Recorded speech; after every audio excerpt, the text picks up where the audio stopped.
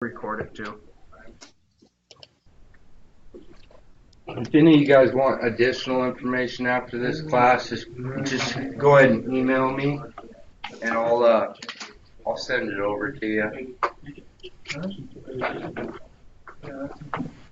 You ever get signed yet?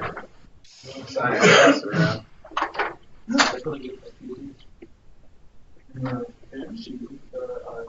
Can we bring Lake? He wants to. Already filled all that in.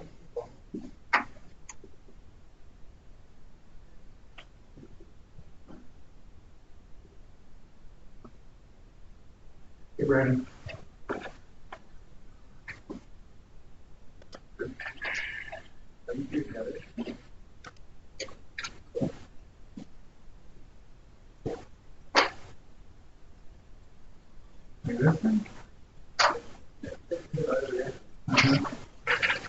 I just can't figure out how to do that. Thanks, sir.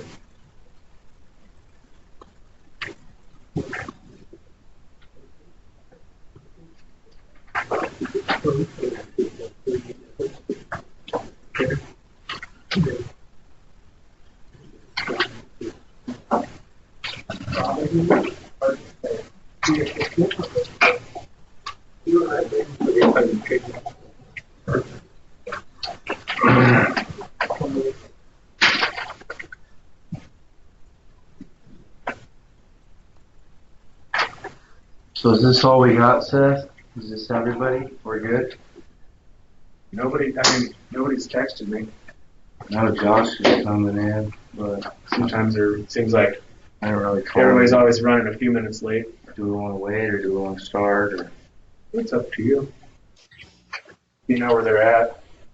We got quite a few people on the Skype there. Other than enchiladas. You guys at Everett are missing out. We got enchiladas here. So it says, Chad says Burck and him will be here in 25 minutes. I know Josh is on his way. So we're still a few guys short.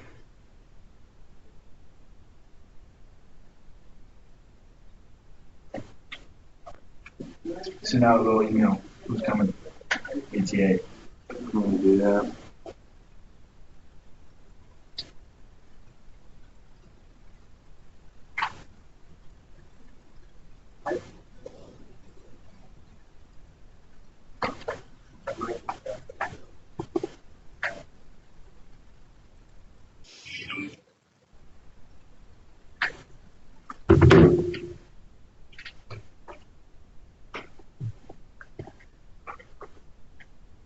Oh, you got it?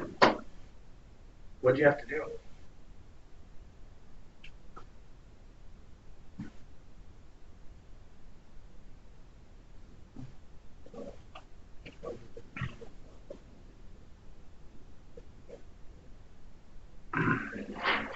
Really?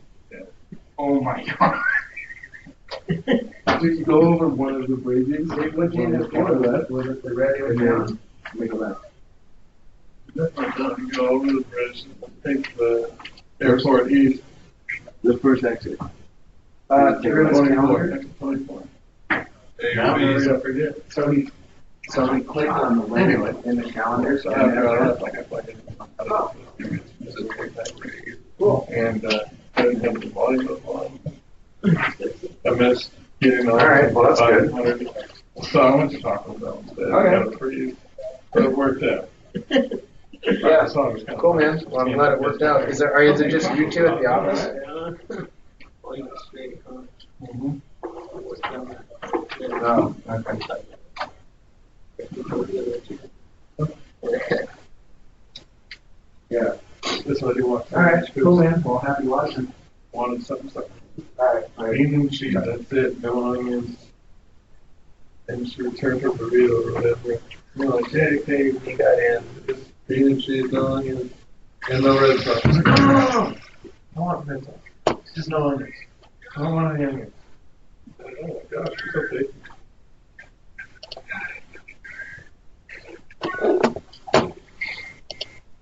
I think I can help you out with that one.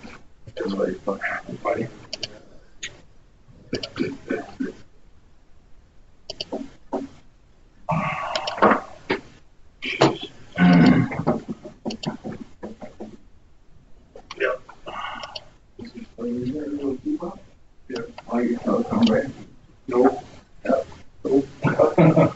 Yeah, I don't know. Trane, you know.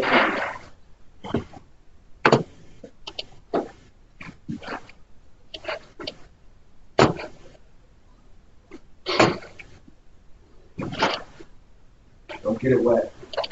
Yeah. I think I'll just keep it in my hands and put your code in your notes on my phone. I think I did that.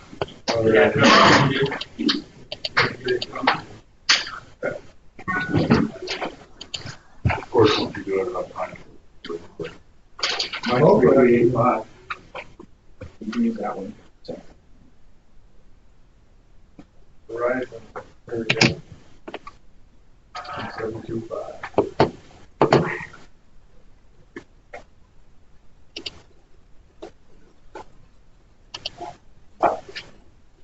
I'm so confused when I first got that. Wait, what is that? Authorization Code?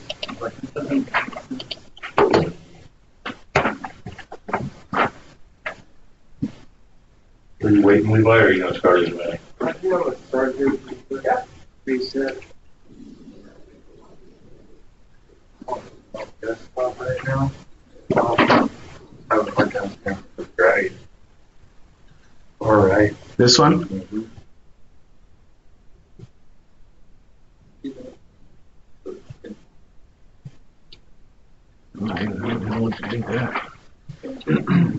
Well, the other way would be if you went Windows button duplicate, then you'd have that, and then if you went Windows button, if you hit P again, changed it to it. Oh wow, that's weird because now it does it on the remote desktop. That's fine. Well, because then can't tell. I can't tell what people are seeing.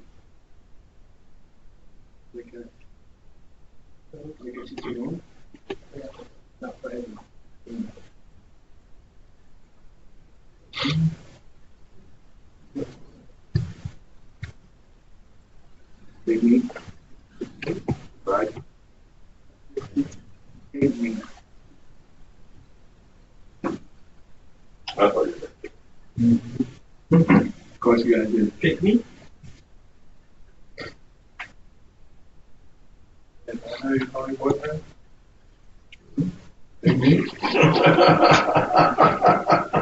There's that. How come it? That's not bad. No, you did that one more.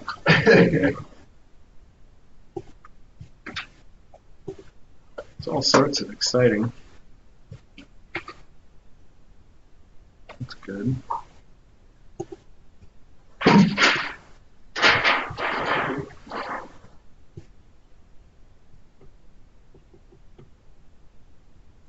So there's that, and then conversation. Oh, the program was closed. I did it. I did it. Why the hell is the program closed? Okay. Got the money. Really? Oh, dude. It's not good. Because sometimes I go off the hours of it. Oh, yeah? I always make sure to do it like on 9 Maybe they're before. not bad. How'd that happen? Were you able to get it down? I'm doing it The machine? I just threw it in. I didn't throw a micron gauge on it. I just pulled it into a vacuum. Sat for 2 days now. Still in a vacuum. Nice. Okay, there's that. Desktop. To share. If you want, I could work. Oh no, you need to work the thing. Okay, so that's there. And then What did you order for the Actonite bio refinery? It's just the rolling money. Technology, man, I tell you. It's out there right now. Payment plans got to be both. We just need to projectors. yeah, I know. Oh, I'm sorry about it. By the time we get out there, we'll do food checks. Yeah, I just wanted to finish that. Yeah, I don't think so either. That they take sure we get it off our steady grids on. We've been out there since Okay, so that's what we want. Do the last one up there. So there's that part, and then as far as the When I told him, grab it. I didn't send it, and then on the email.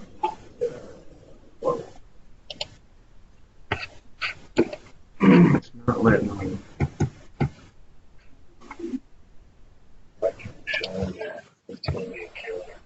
No, it'll be fine. We'll get it.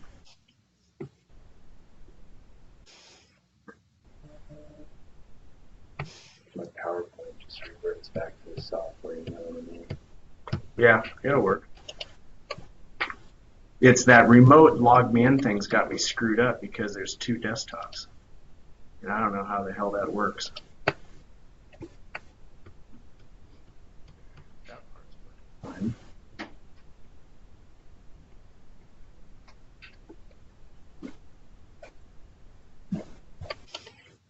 This is what's screwed.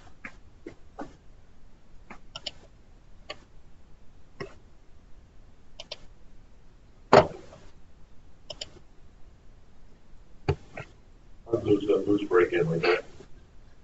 Still breaking in, Right. a good price, 170, calculated. Are those still working? If I'm at a facility where they ask for steel toe, Until they lose a toe. right now they're not.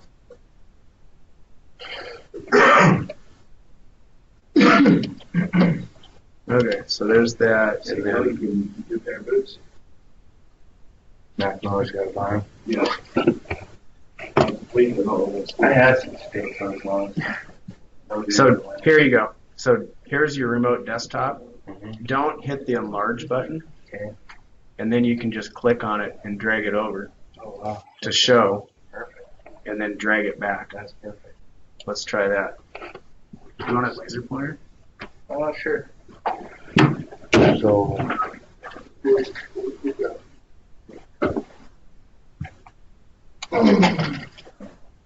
Oops. There you go. we're gonna drag it down just like that. How do we go ahead?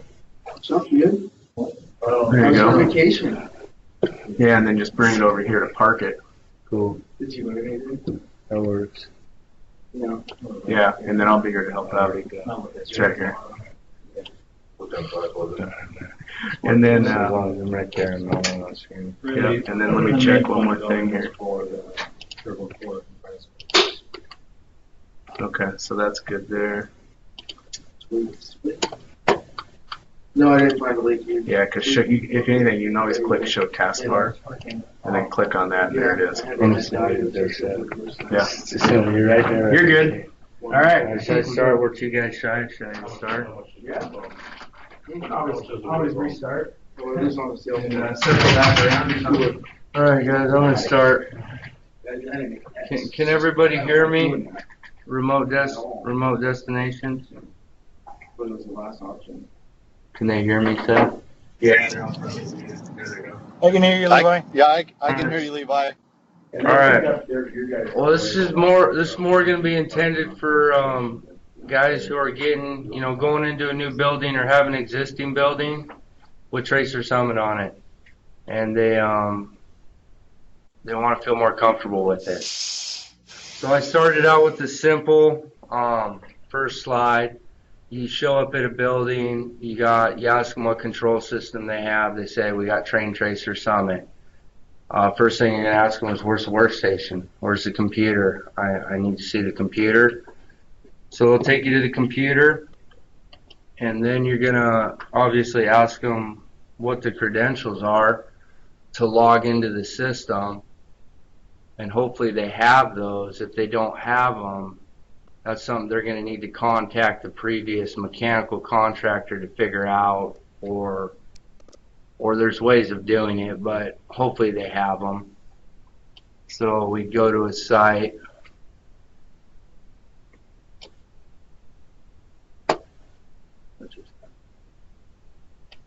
You open your Tracer Summit desktop icon.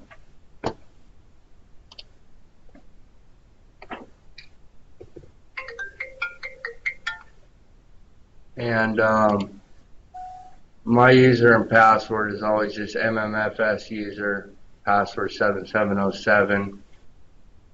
So any sites you guys go that I've been to, that's going to be what you're dealing with. But say you logged in, say under the building engineer or whatever, and you wanted to create your own user, you'd first go to setup, you go to site security, you go new. We're going to call this user test. And you want to give yourself operator level 4. That's just less checkbox you got to check on the next page. And then always hit show password. I'm going to go 7707 because I'm going to delete this later. Always assign yourself security supervisor. If you want to match the upper and lowercase, you can check that. If you want it to automatically disconnect after you leave the site, say you forget to log off, then you can put your minutes in here. And then we don't have an operator display. This would be getting an operator display. But if you did, again, you can put a password in for the operator display and allow your access. And then that operator level 4 we checked, it's just allowing us to check less boxes here. You always want to give yourself full access to everything. So if we would have checked 1 or 2, we'd be checking all these boxes. And then you're just going to hit save.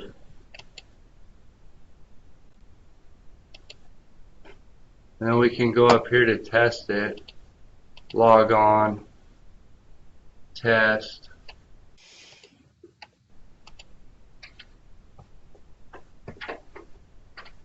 And then we're logged on under our user.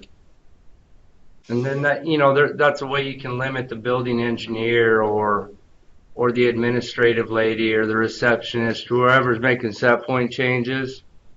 You can limit them so they don't get themselves into trouble, just like any other control system.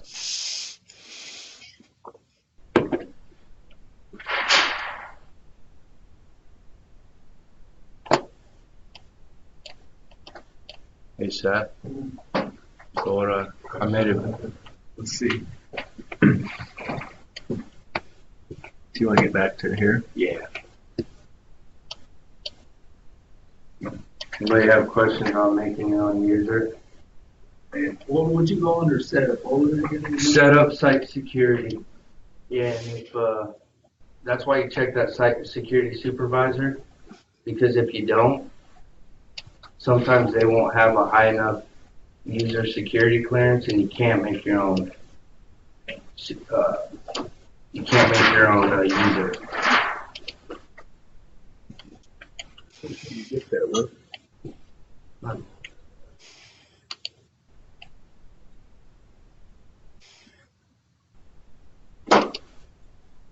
Should say. There's that. How do we get that thing to change?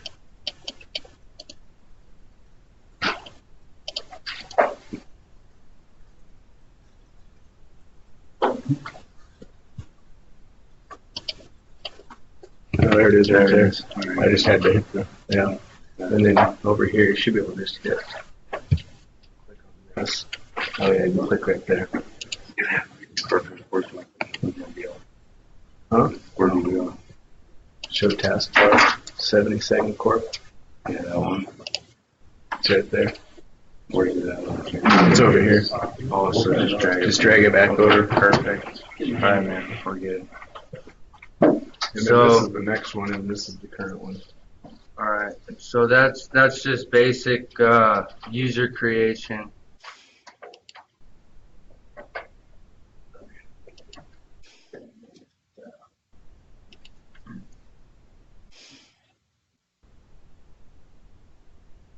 All right.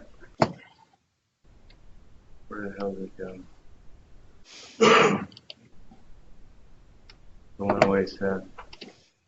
Oh, there it is. You're good. I'm gonna do this slide last. We're gonna do this slide last because I gotta go into a different workstation. So we're gonna skip this one for now.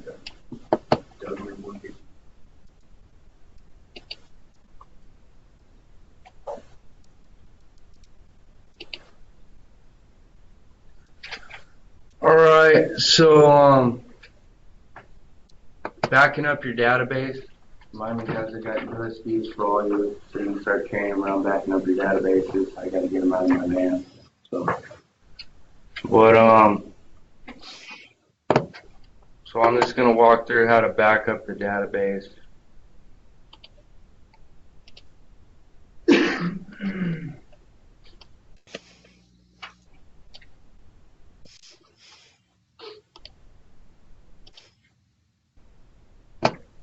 So first thing you want to do, you get a new building, you're there on a quarterly PM, you want to back it up. So you just go to Tools, you go to Backup, you back up your site. Here's where you could browse. You know, it's always going to go to the database backup folder, which is it's a BDB file, backup database file. And that's where it's always going to want to go to. But this is where you'd obviously put it on your floppy disk or whatever you want to put it on. But then it's as simple as hitting save.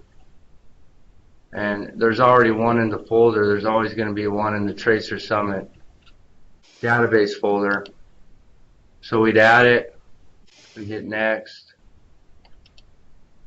And it's simple as just backing it up. And then you always want to, if you got custom graphics on a site, like I made these myself, they're nothing special, but they work, you know what I mean? So this took me a lot of time. I just did it in Paint, but I did it, and it took time. Customer paid for it. If the computer ever crashes, the hard drive fails, these go away with the computer. They don't reside in the BCU, which is the building control unit. It's essentially, we sell Jaces, so it's the Trane old school style Jace is what it is. So you go to Tools, same thing, Backup, but you back up your graphics. And then same thing, you can browse, select your floppy or your gigabyte drive. But here we're just going to go to the backup graphics folder, so we're going to select all. And they're already backed up, so we're just going to go yes to all, and then your graphics are backed up. And it's as simple as you lose a computer and you got to reload the Tracer Summit. All you're going back and doing is you're just going to restore your site or restore your graphics. And you put those back into your database backup folder and you simply just restore them. And saves you a lot of time and effort. So just always back up everything. Is it often that you have to restore something?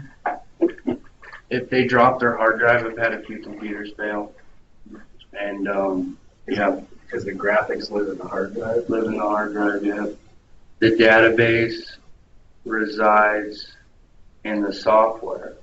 So if you lose the hard drive, everything, all the Trane equipment's going to run off its default set points. You got no schedule, you got nothing. So you want to get the new computer, reload your software, and then you restore your graphics and your database. And this would be on your thumb drive. Yep. Do you normally leave your thumb drive on site, or do you carry that with you? I carry it with me. And then I triple back up. I got thumb drive, I got the PC hard drive, and then I got a terabyte. So I ain't trying to tell my customer I don't have a backup, especially when our controls tasking says perform controls backup. Yeah. And everybody in this room right here is checking that controls tasking off. But are you doing a backup? When that controller fails, you gotta have backup. So it don't matter what control system you're on, Tracer Summit, Niagara AX, Siemens. If it says that we're backing that system up, we need to find a way to back it up. It takes what, 5 minutes?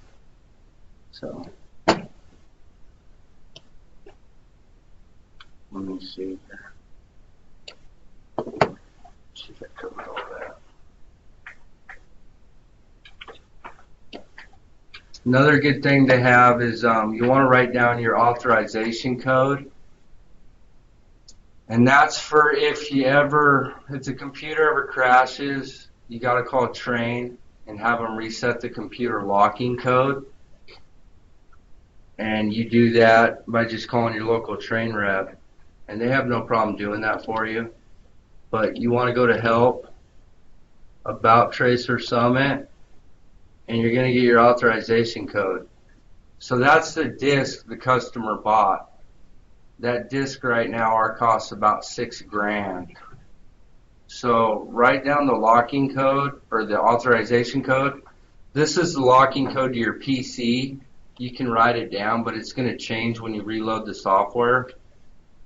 So basically, I got a bootleg copy of version 17 software, but as long as I have this code, I can reload it. So I always write that down on Notepad and put it with my backup. So that's a good code to have. Can I make a quick comment on that? Yeah. It's a good habit. Our controls accounts, we're surfing, quarterly maintenance, going through and checking whatever set points and schedules and all that stuff, right? Yeah. As we're tuning and building, we should be keeping a notepad there next to a computer or in their front panel or something. Yeah. That's basically, what we did, the date, who it was, what unit it was that we made changes to. If we're doing that, we can be able to keep that information written in that notebook, and it'll always reside on site. Yeah, I would agree with that. Especially like pack source done. Yeah, that'd be a good one. But yeah, so it's just another thing you can do, and it's in the slideshow, and if anybody wants a copy of it, Seth can get this to you. And then here's your version. Version 17 is the last update Trane came out with. So if you go to About Tracer Summit and it says version 17, you have the latest version, and if your customer ever asks if you can update the system, just let them know they have the latest update and there'll never be another update, because this is Trane went to the Tracer SC, they went to their web base. This was the end of Summit, and this has Service Pack 17. This is actually a computer that just failed on me about 6 months ago, so it's got version 17, Service Pack 17. So Service Pack 17 is the latest Service Pack. So this is as updated as it'll ever get. It's right there.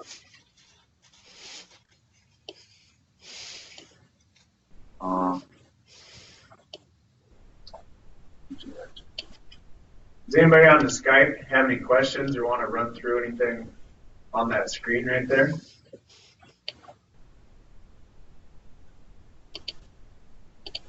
Anybody have any questions? No, I'm good. I'm good. I can't really even see the screen, just a kind of a really small background window. Really? Yeah. Can you not see this floor plan graphic right here? Yeah, but it's like a super small scaled version that is Munchkin size. Who's that? This is Brian. Oh, on the iPad. How about, hey, Jeff, can you see that? Yeah, I can see it just fine. I'm on my PC though, my computer, a laptop.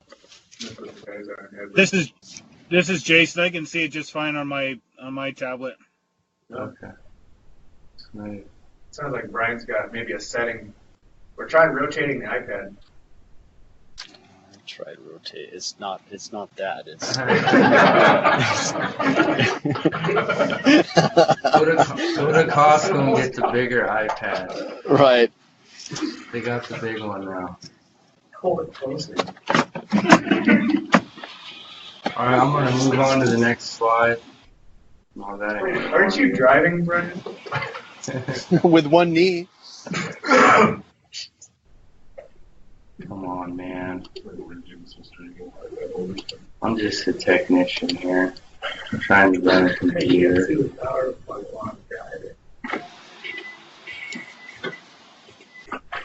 Okay, so write down your auth code version number. A lot of times the customer loses the disk too, but we have plenty of disks. Excuse so me? That's not a problem. But it's better if they don't lose their disk, because that auth code will be written on their disk too. So that's that. If they lose the disk, we can put it back in there. What if they had like version 17 or 16? Then they got a really old deal going on, and we just upgrade them to version 17. Yeah, that's something we would do in house with the disk you have. Yeah, we just do it at no charge. We just load it. You know, we have it. We just load it. And I got all the service packs already. So if anybody wants them in Seattle, I can send them. Is there something you can burn, or you just send it and then it comes back? It's just a disk. We can burn it. You can put the whole file onto a thumb drive. I got it on thumb drive. I got it on floppy, or not floppy, CD. Yeah. It's just a file. The file set. And you just go into the file and you run the setup, just like you know the disk. Yeah.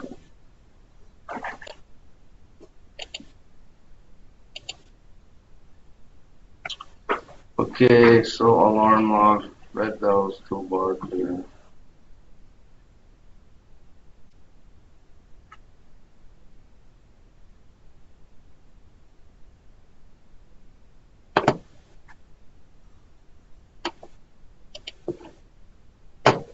So, did it again. Click on the one that down there on the one in front of you.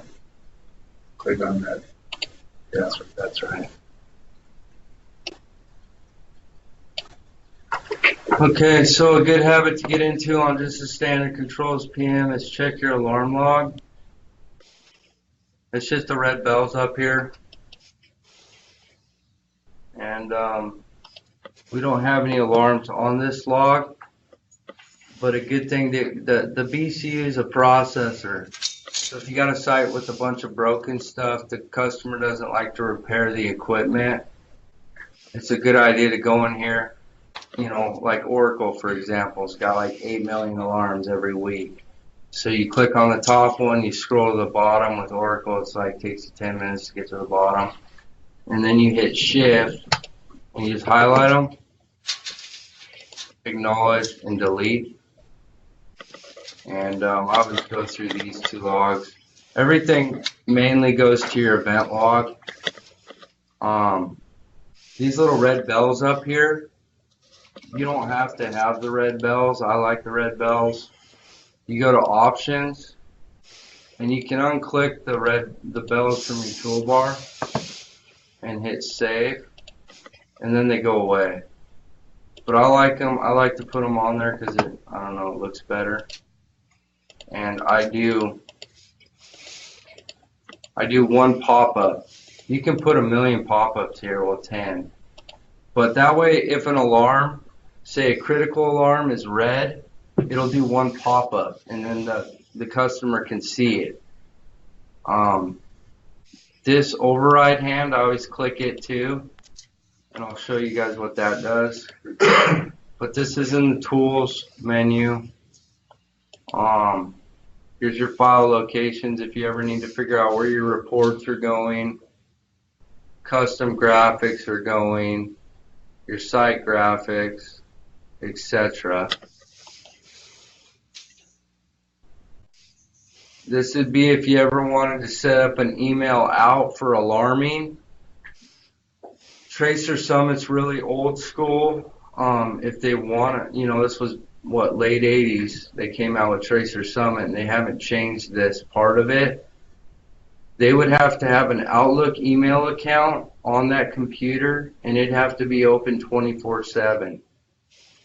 Then you could change here, but it says it's not finding an email because this computer doesn't have Outlook, and it's not open. But this is where you would set that up.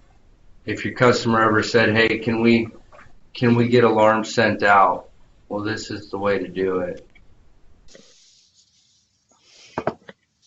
I'm kind of getting off track here. And then here's your refresh on your event log, 1 minute by default. And this is your capacity. So it's going to go to 5,000, and then it's going to start to roll over. If you get to 5,000 alarms in your event log, your BC is probably going to crash, but it would try to hold 5,000. And then where you would set the event routing, the alarm routing for these bells, if you ever wanted to, you go setup. A lot of your stuff's in site configuration, and it's going to want you to pick a site. Say you have multiple sites. This was a service laptop, and you had a bunch of sites. You just select the site you want to go to, and it's as simple as going to event receivers. Here's your so here's where you would select system alarm always, system log always. You could put true or false if you wanted to assign a switch or a pager or some type of switch, but usually it's just always, and system critical alarm is always, and your local workstation. So this would be inside the BCU, and it's memory. This will be on your computer. And here's your classes. So the way I set it up, system alarm, acknowledge required. You can uncheck it or check it. I put a 5-minute delay in here because I don't want nuisance alarms. And I'm going to forward it to system alarm. And it'll also pop up under category 4. These are those bells right here. So category 4.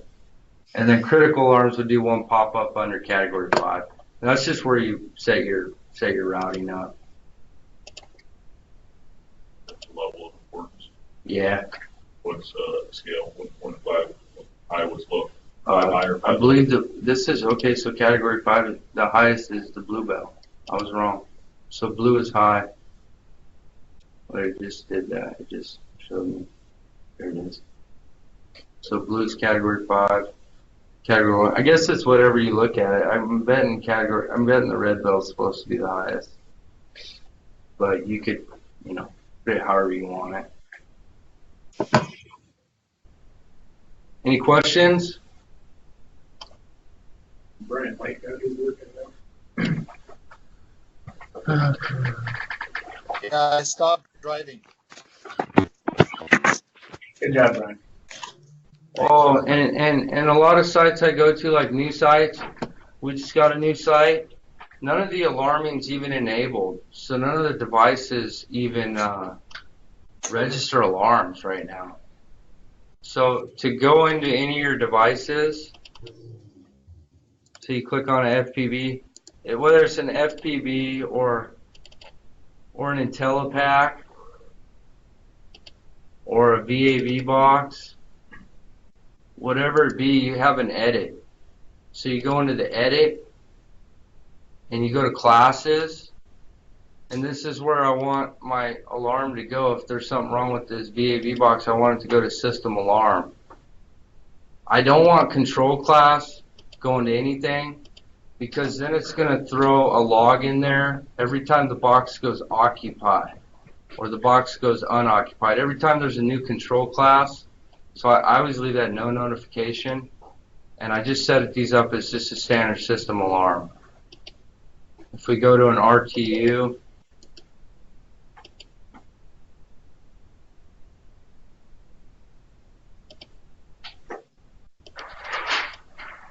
this one gives me a little bit more.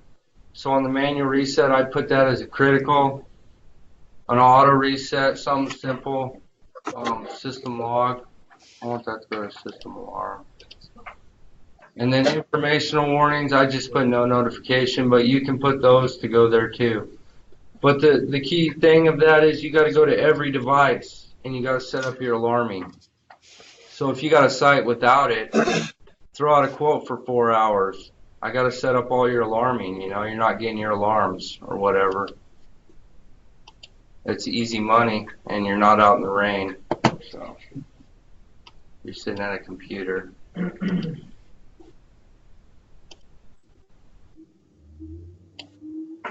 I think that sums that one up.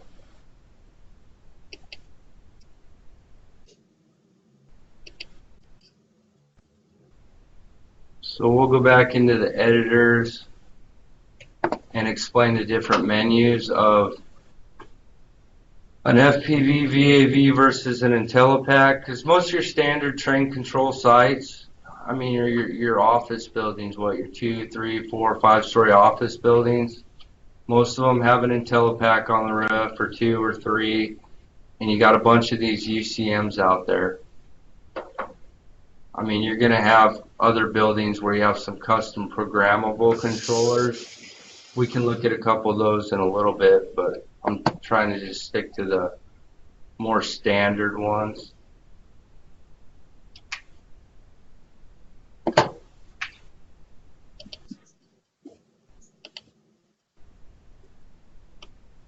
So we'll go back, we'll start with the IntelliPack.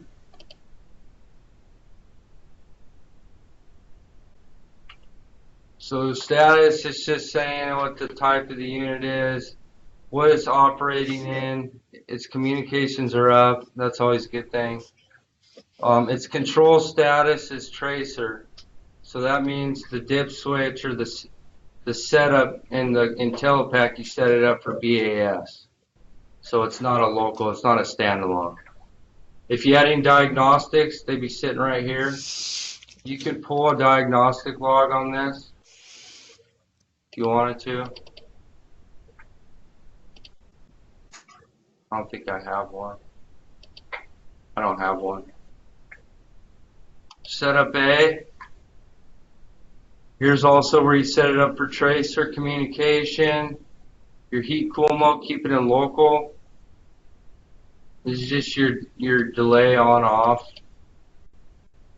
So your tracer space temp, this particular building, these 3 dots right here, you could have no 3 dots and just be referencing the a sensor you ran to the IntelliPack, but this one is looking at the average temperature of all the VAV boxes, and I'll show you guys where the CPL calculates that and how you can reference that. But you could reference anything. So you wanna change it to FPV 30s zone temp. I don't know why you would, but now it's FPV 30 zone temp. But we're gonna keep it on the analog input RT1 average zone temp. So that's where it's looking at morning warm up, daytime warm up, which is here.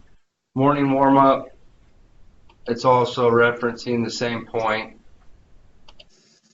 our set point obviously, and it's enabled because we're in the Northwest. You want to go through a morning warm up in the mornings.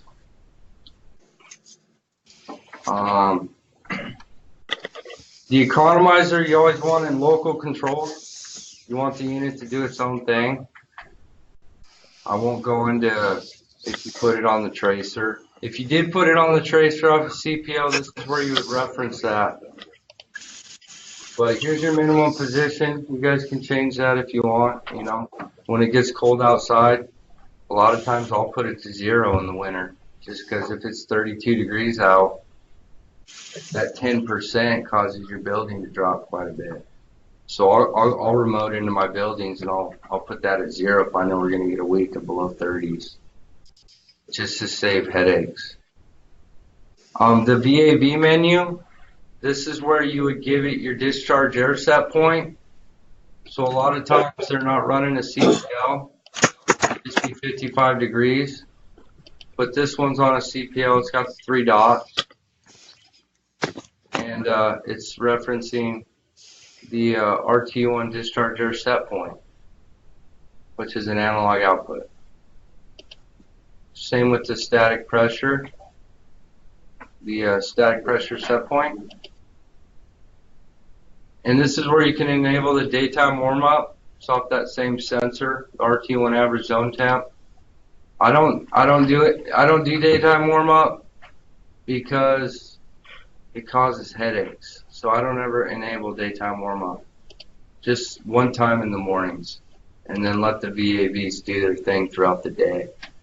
If you got a lot of glass on the building, sometimes you got to do daytime warm-up because the FPVs can't keep up if it was not engineered right. That's about the only time I'll use daytime warm-up. Configuration, this is how long you shut the IntelliPack down, you turn it back up, you're done with maintenance. It's how long it's going to take for the IntelliPack to come back on. That's why you notice sometimes you're at an IntelliPack, it takes a long time to come back on. They probably got this set at, what is this? Oh, 2 minutes. But sometimes it'll be higher. This is your VAV max stroke time. So this is what you want to set.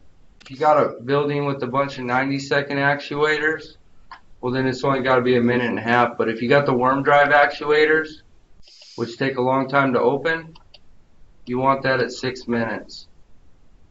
So like when you're putting the system in the morning warm-up, your VAS drive time, that's what it's looking at right there. So you don't go out on high static pressure. Here's your overrides. You want to disable your heat for some reason, or disable your cooling.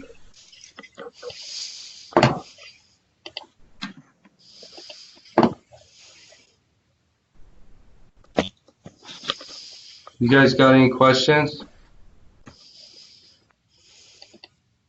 No, I'm good. All right. The fan power box is just a setup here.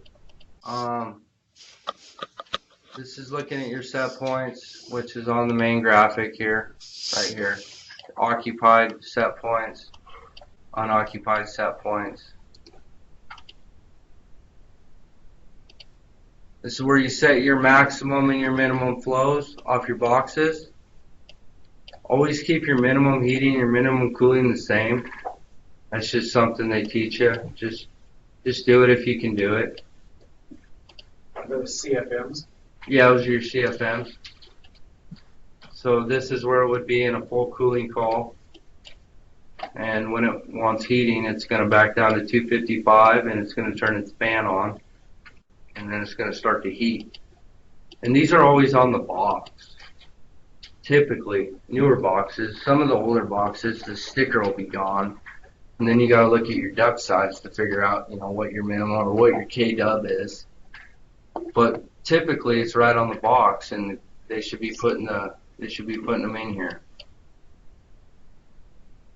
Here's your drive time for your actuators. So they got the worm drives in them. Obviously, they got the 360-second drive time. The noisy ones, they're ones that make noise. To make a comment real quick. The what? Your main cooling, your main heating. Just touch base with you guys. A lot of times, your service calls for hot spots and cold spots will go right back to that main heating, main cooling not being set correctly, especially during winter time. So I'm not sure who all's in here knows about that approach, but that's a real simple fix. Go first to the data tag on the box and verify your setup's correct for the box. Yeah, and if you got a building dialed, you really shouldn't have to be messing with those. But a lot of buildings aren't dialed. So it's a good idea when you go through on the FI and you got your FI sheets, write down all your min and your maxes, and then you can go through the control system and see if they're, pull some time and go through and see if they're all set correctly. And that's just part of taking over a building and saying, we know your building's jacked, we're here to fix it. And while you're at the box, you gotta write those down on your FI sheets. Brian Stitt, back source. Yeah. That place is the best. What'd you call it? I called it the worst building I've ever seen. It was a nightmare. I mean, the guy was taking his min heatings and he was putting them at 1700 CFM. His delta T was like 2 degrees, So some people just don't know. They think, oh, I want more heat. I'm gonna put this at 7 so I can get more air across it. But in all reality, it's they should be what the box has on them. If you go into configuration, let me go back. You guys replace a card. You want to replace a card on a VAV box. Your little green card fails. Before you replace the card, go into the editor, take a picture of this screen, this screen, this screen, this screen. We're not going to worry about wireless. So then you pull the card out, you throw it in the garbage can. After you set the dip switches, exactly the same. And then all you have to do is put the wires on it, wire for wire, and then come into the editor here and put everything back to the way it was. And that's all it is. It's just configuration. There's no programming. There's no nothing. So as long as you guys take the pictures, you're good to go. I always get calls on the cards.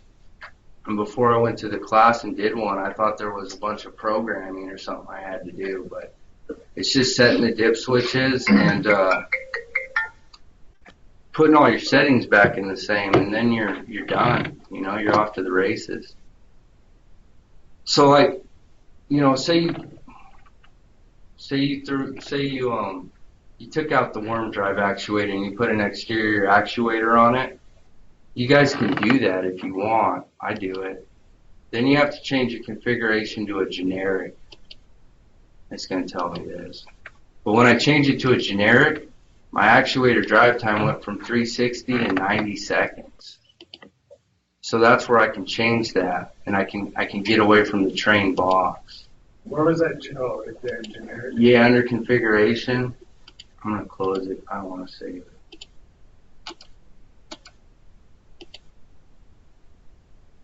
But yeah, configuration. You change it from a Veritrain D to a generic box, and you still, you know, when you change, you put all your other stuff the same. It'd be a 1700 CFM generic box. But at that point, this right here, this percentage right here, that's going off that drive time. So at 100%, it's looking at the 360. Here, if we had a generic, it'd be looking at the 90 seconds. That's where the configuration comes into play for that. But anyways, this is a Veritrain D box. It's a 1700 CFM. And I got a chart for you guys if you ever need it, based off the inlet duct size, what it should be configured as. I can send that out. We can put that, because I'll take this recording and whatever else you want and put it on the Dropbox. Okay. The Service University under classes. Cool. And so that'll be accessed. Awesome. Everybody can get to it from there. So real quickly, what about like a TI? Like recently, You want to add a new one or something? you know, like say they take a box and then they change how many diffusers or registers they got on it. Yeah. That 8100. Is this where you would change that minimum? Yeah, you wouldn't change it. CFM or whatever. You wouldn't change it in your configuration because that's based off the box inlet, right? You ain't changing the inlet size. It's an 8, a 10, or whatever. But what you got coming out of it, yeah, a lot of times the standard TI, they got a 2,000 square foot box, and they got 500 CFM of duct coming off of it. That's where it's not going to affect your minimums, which you don't want to change those because that's the CFM you need to go across your heater element to get so you don't burn it out, you don't overheat it. But yeah, that's where you would change this like you did, Joseph, to 500. Because if they try and cram 1,700 CFM down that, and it's sized for 500, it's going to sound like the fucking jets, you know, flying over our head. Then we're going to get, it's too noisy service calls, you know. So yeah, that's where you would change that. And every TI, I see it all the time, they don't ever put enough duct on them. They try and reuse all the boxes, and that's a perfect, yeah, you're going to see that a lot. And this is where, you know, if this was a standard VAV, you would have none, right? But it's a fan power box. It's a parallel box. So here you're telling it's got a fan. You're turning the fan off of temperature, and your offset is 2 degrees. So the heating set point is 71. That fan is going to run to 73 degrees. 2 degrees above the heating set point. So you can change that to 1 if you got a customer that is real picky about the fan coming on and off. You can change it to 1. And you're telling it it's got heat. You're telling it it's got a sensor. It's never an RTD sensor on Trane. It's always a thermistor. This is where, say your customer wants to be able to change the temperature with the thumb wheel. This is where you would check it. So now this thumb wheel is enabled. And this is where you would set, say you only want them to be able to go from like 70 to 75. This is where you would change those. So you don't want them accidentally turning it up to 90 degrees.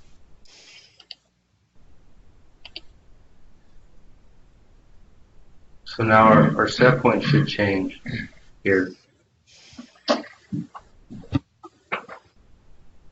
If it's got a thumb wheel, it might not have a thumb wheel. Oh yeah, it's got a thumb wheel. So it changed. So yeah, that's where you'd want to limit that, because they're going to get in there tomorrow. It's going to be like, yeah, it won't be 52, but it's going to be cold. Yeah, way down. He wants it cold. So that's a lot of times property management, they don't want their tenants to have control. But say you got a surgery center, I got a couple surgery centers where they have to have control. So that's where that plays in. Here's where you can offset some stuff if you want. Looks like this one's been offsetted -1 degree. And this is where you would do it. I don't know who offset that. The auxiliary sensor is offsetted too, -1 degree. So you go through and, you know, say you do a TI or you put a new actuator on, you want to air balance your box. Drive your box to max. So you go override. Drive your box to max. You always want to air balance in max flow. So let's watch it go to max. What is max? 1700 CFM.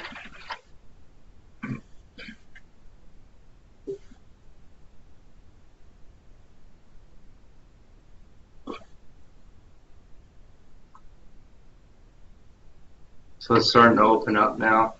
So it's going to go to its max CFM right now. You'd hit all your air hoods with your hood. You'd add them up. And you take the number that you added up. That's why I like Trane like these, because you don't have to do any K-factor stuff. It does it for you. You just put in your actual flow. So the reported flow is 1,176, but you can see the box. We told the box it was only putting out 975, and it does your correction factor for you. And that's where I just see a ton of boxes are just way out of balance. It's because nobody ever does an air balance. If you ever see this calibration factor at 1, it tells you that box was never balanced, and you're probably 300 or 400 CFM off. You want to see a calibration factor in there, whether it's 0.9, 1.1. If you ever see 1, that's how I know, Rob, at that building, they were all 1. Some of them weren't, but most of them were 1. So you guys can all be air balancers. You see how you just drive it to max, hit it with hood, it's simple math, put it in there, and you're done. So that's what these overrides are for. You know, air balancing, troubleshooting an actuator from the front end. Trane has to calibrate every day because they're 24-volt floating actuators. They don't have a feedback signal. So this is once a day, your box goes through a calibrate, and it's referencing that point. So you always want to make sure it's referencing the VAV recalibrate point. And then that's what your schedule is up here. You got your recalibrate schedule. And I always do them in the morning before the unit comes on. So at 12 a.m. to 12:05 a.m. I send out that binary output, and it says recalibrate, and then they all recalibrate. And that way they're all closed at the start of that new day, and you're not going to have any, you know, out of calibration dampers. Because those worm drives, they slip throughout the day. You know what I mean? So that 360 might now be 370 or 380. And by recalibrating, you know you're starting at 0 every day.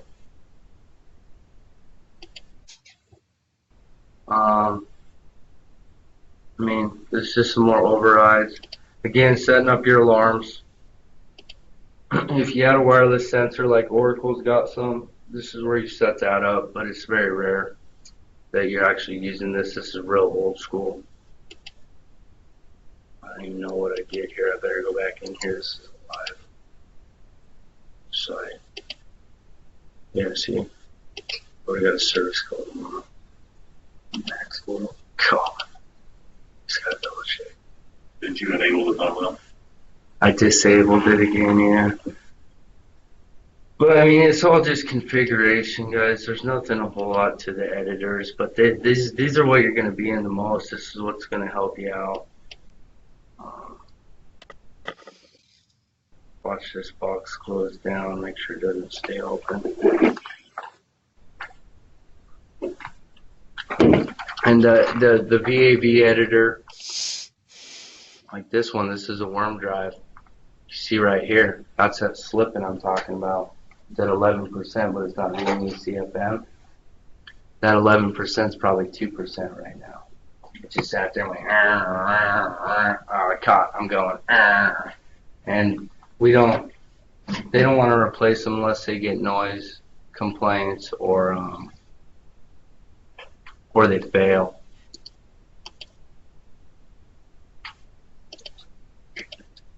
They got their thumbnail enabled on this one.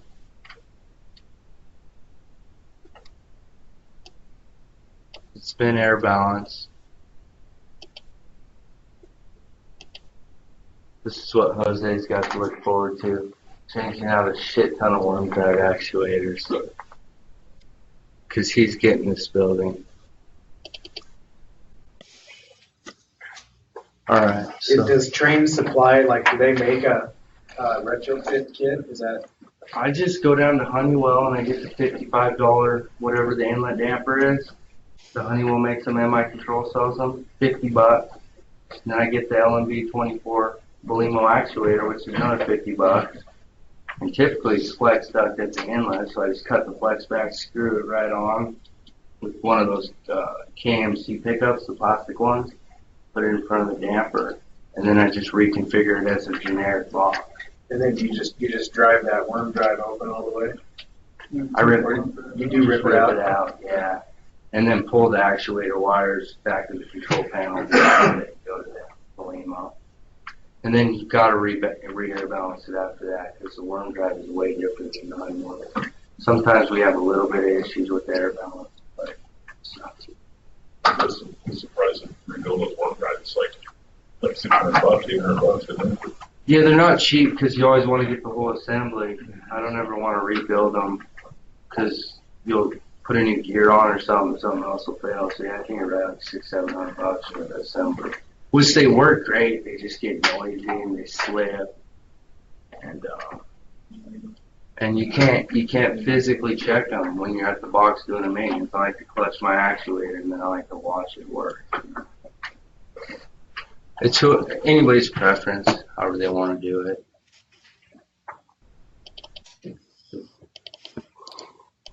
So that's your basic editors. Anybody have questions on that?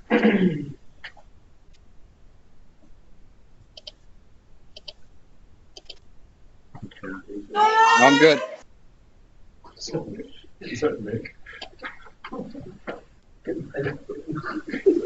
Welcome. Welcome, Nick.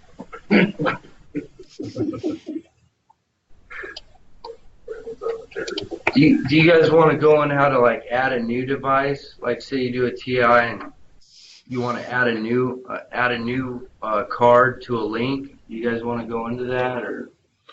Sure, yeah. You want to add? All right. So say so and so calls you and they say they want to add a couple fan power boxes to a site.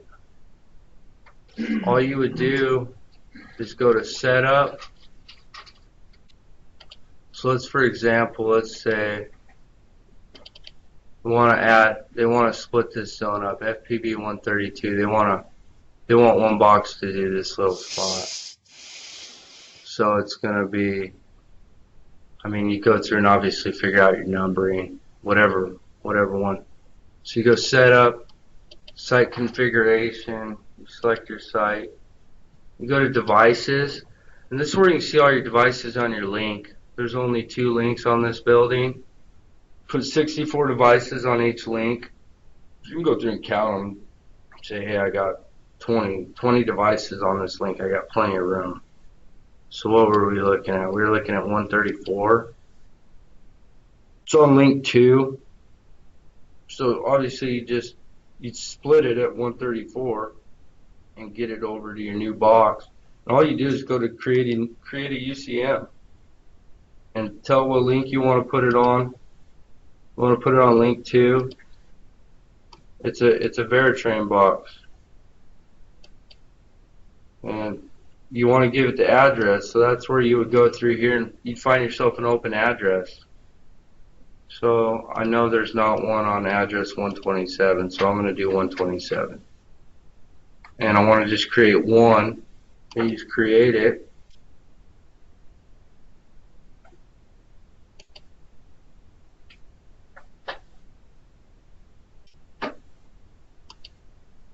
Where are you at? 127.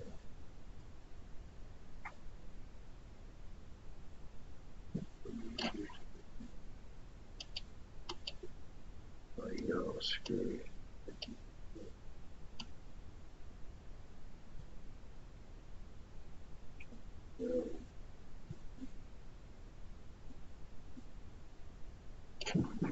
Well, there's that box. So then we could go over here to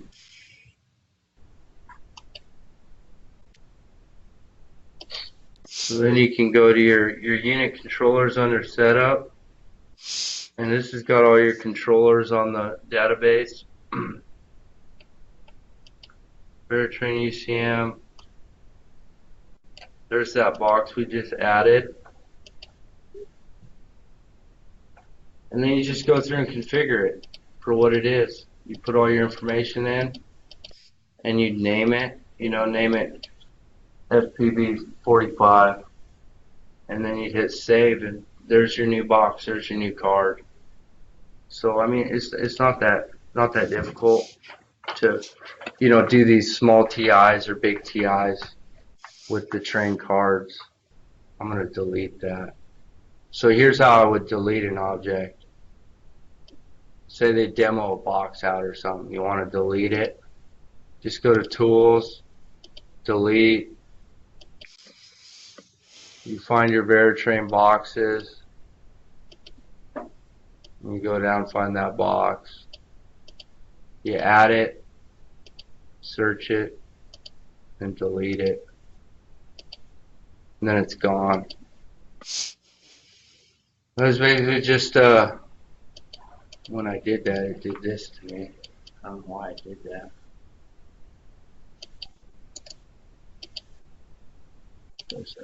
Can't explain everything. Okay, so that was kind of off topic, but real easy. So if any of your customers say, hey, we want to add a box, can you guys do that? You say, yeah, we can do it. We don't need to get training here to do that. You saw how simple it is. So, Now, would that show up on the graphic as well, or would you have to separately add that to the graphic? So Trane, it's all site-specific graphics. When we would have configured that, it would have popped up in your nav tree. When you would have gave it a name, it would have popped up here in your nav tree. And then, obviously, we have areas here with all these boxes. These are all different areas. We can get into areas, I guess, for a second. So setup, it's all under setup. Go to your area. We got all these different areas. And all an area is a group of VAV boxes. So I like to be organized, so I put all the VAVs under the specific area in the tree. So say Umpqua calls and they say, hey, we're going to be open on a Saturday. We want our unit to run on Saturday. Well, under the area for Umpqua, West Suite 200, you have, and this is not a good place to go for a VAV count besides that one we were just in with the links. Here's all your members for that area. how many boxes are in that area. So then, if we wanted to create I only have 2 schedules here, but you could create a new schedule for just that Umpqua area, and you could just turn those on, on the Saturday. Save energy, save money. So all the areas is a group of VAVs, so you can schedule it. And you can create a new area. You could create an area just for that suite. You would have to first remove the boxes from that other area before you could add them to the new area. But that answer your question, dude? I get off topic sometimes. So I gotta watch myself. That's what I think. So, man. All right, next slide.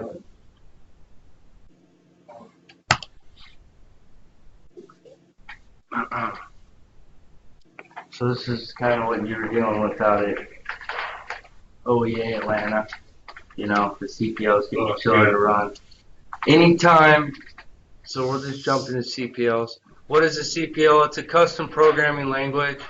They didn't have graphical programming back in the late 80s. Trane wrote it with CPL. Trane Summit's programming language.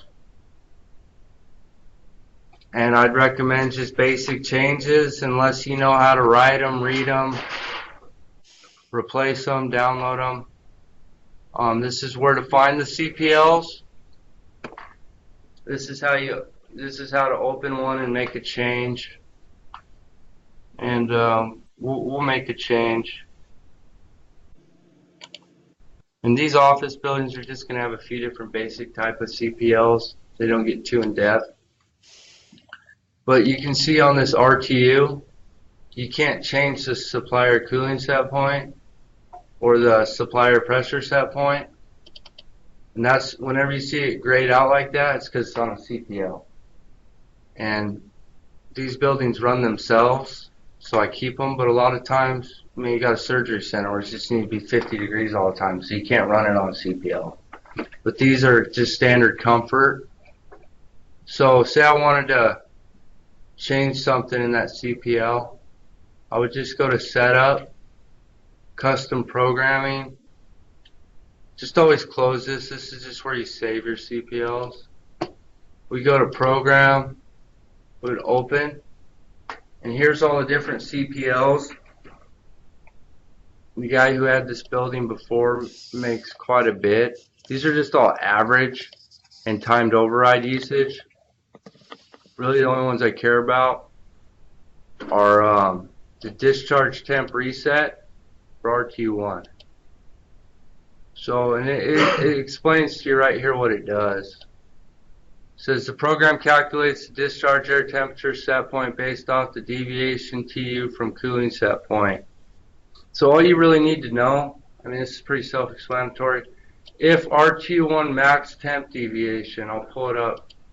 So it's going to be under inputs, analog inputs, RT1 max temp deviation. You can pull it up at the same time, minimize it. So it's going to pop up right here.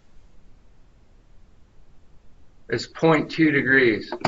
So the maximum temperature deviation from set point for RT1 is 0.2 degrees off of set point.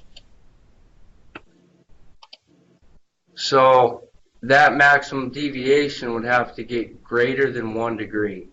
So if the set point's 72 and it got to 73 degrees, it's going to start to reset that discharge air set point minus half a degree, and this runs every 5 minutes. And that's just how we stay on top of the cooling demand in the building automatically. We don't have to be a building engineer and change it, when it's 65 to when it's 85. It'll just automatic, and it goes the other way around. If it got to less than 0.1 degree, which we're almost there, it's going to start to add a half a degree every 5 minutes. And this is where you change your low and your high end. So on a real cold day, it has the capability to reset to 68 degrees. On a hot day, it'll get to 55 degrees. And if we wanted to change this, which I want to change it, you just want to be real careful.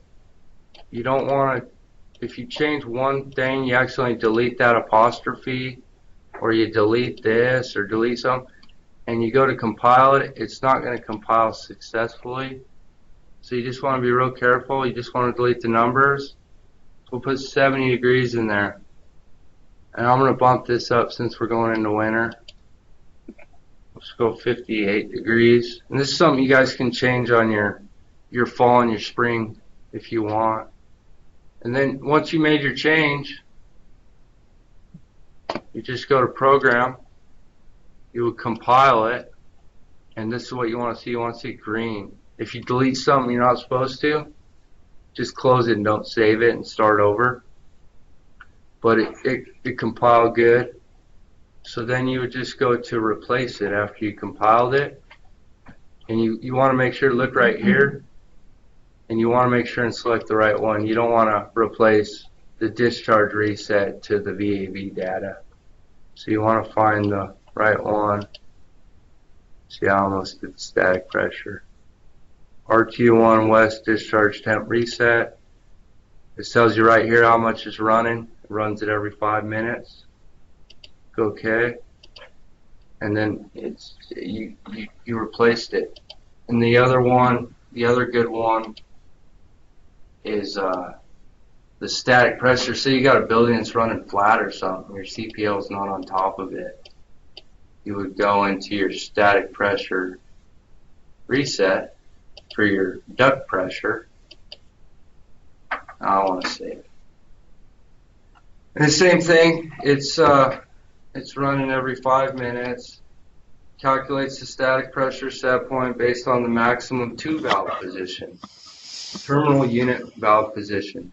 So you go set up, same thing, analog inputs, just a reference point, and you find your max box position so you can actually look at it. And it's where you're referencing that CPL program, save value 1. That's how that's seen. So our maximum box position is 49%. So this one, if a box gets to greater than 95%, it's going to reset it up 0.2, so 1.5 to 1.7, until you get down below 85%. Then it's going to start resetting it back the other way. And here's where you change your high and your low. So on a summer day, I might run at 2.8, but right now it's winter, I'm only running 1.5. And you could change these just like we changed the temperature. I'm not going to change them. So you got a building that the south side doesn't get the air, comes around 1 o'clock and they're starting to heat up. They got a lot of glass. Well, maybe change this down to 65% and change this to 75%. That way that fan will start to ramp up sooner so you don't starve that box. Does that make any sense? And it's just basic changes. You don't need to understand the whole thing. You read it enough times, it'll start to make sense to you. But again, they came out with this in the 80s, man. This guy who wrote this, probably 2 years away from retirement. You know what I mean? Steve. Yeah, he's at American Heating, the big non-union shop. But yeah, he's old and he probably loves this. But now it's moved on to block logic, which is a lot better. Yeah, it's this guy. He'd probably rather write the CPL than graphical pictures, But that's just basic CPL changes. Don't be afraid to get in there if you got an issue. Just remember you're looking for your basic changes. These are your 4 basic changes in a standard CPL like this. If you ever add a box, you need to put it into the CPL, though. You need to be aware. So you add a box. So these points, this max box position here, it's being pulled out of a different CPL. It's being pulled out of your calculation CPL. You got one for each of your units here. So all it's doing in this one is just going through every single box that's a part of that rooftop. And here's your save values that you're referencing on those analog inputs. Here's your analog inputs. That max box position for RTU1. It's referencing RTUS2 data save value 1. So here's your save value 1. Here's that max position. And that's where it's pulling all that. This calculation is getting your max position, your average temp, your maximum temperature deviation, critical, some of outside air, which we don't even use that, so I don't know why it's in there. And some flow, we don't use it, but it's in there. So that if you added a box to a system, you'd want to add it to your CPL. So it could be included in the calculation. And all you would do is change that to a 27, go down here to 26, and make it 27. Go to Edit, add an object, go to Veritrain, find your box, and just add it, and then compile and replace it. So that's just one thing you can do. You guys good on CPL? Sure. Basic changes?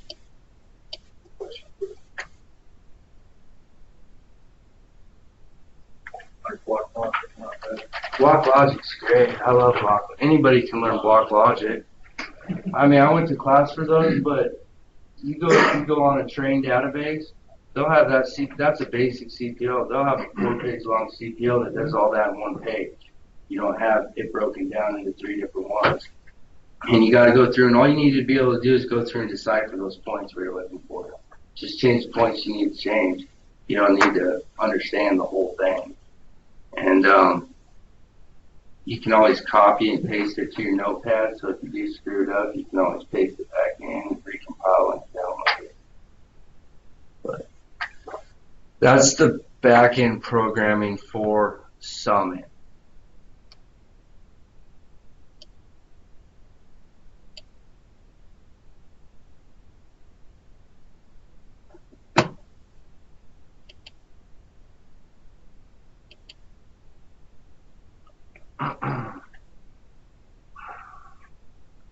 So trends. So we had a customer the other day that kept saying, kept calling saying his space was hot, But we're not sitting there watching the box all day. So we show up and it's 72 degrees and it's like, well, it looks good to me. And it's like, yeah, it's great now. But it wasn't earlier when the sun was beating through my window. So this is where you could go set up a trend and you could tell your customer, say, hey, it looks great now. He's happy with it now, but let's set up a trend. Let's check it tomorrow. Well, let's pull a 12-hour on this. And that way we can look on that 6th hour when he said he was hot, it was 72 degrees. He's sitting next to the glass. He needs to put his blinds down. He needs to drop his box down. I don't know. So this is where you just set up a trend. So we'll set up a trend. How long does it save the trends? It'll save it forever, Rob. It'll just keep rolling over. What do you guys want to trend? Anything in this building? Any point? You can trend whatever you want. What do you guys want to trend? About a duct static pressure. Duct static pressure, okay. RT1 or RT2? I was thinking 3, but 3. I can't do 3. okay. How about 2? Okay, 2. So you Guys want good with 2? RT2? this guy's show everything's under setup. It's all under setup. So you go to setup, you go to trends. We're going to set up a new trend. We're going to call it RT2 duct static. RT2 duct static pressure.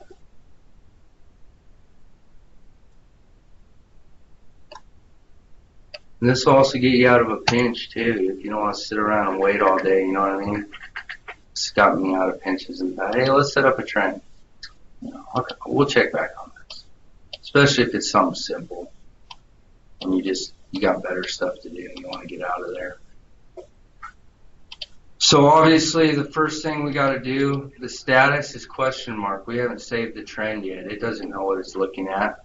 So first thing we got to do is we got to add members. So we're going to find our IntelliPack. Again, you can trend any point in the database.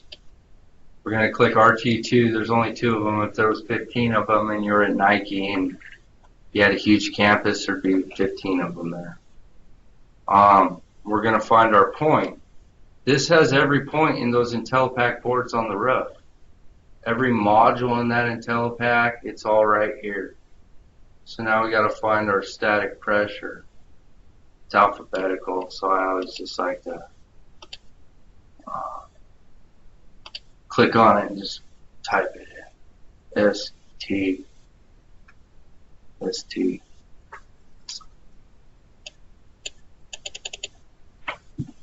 Supply air pressure input, that's what we're looking for. And you could add, see, it added more. You could add a bunch of stuff. So you could add the temperature, the pressure. We could put the temperature on here too.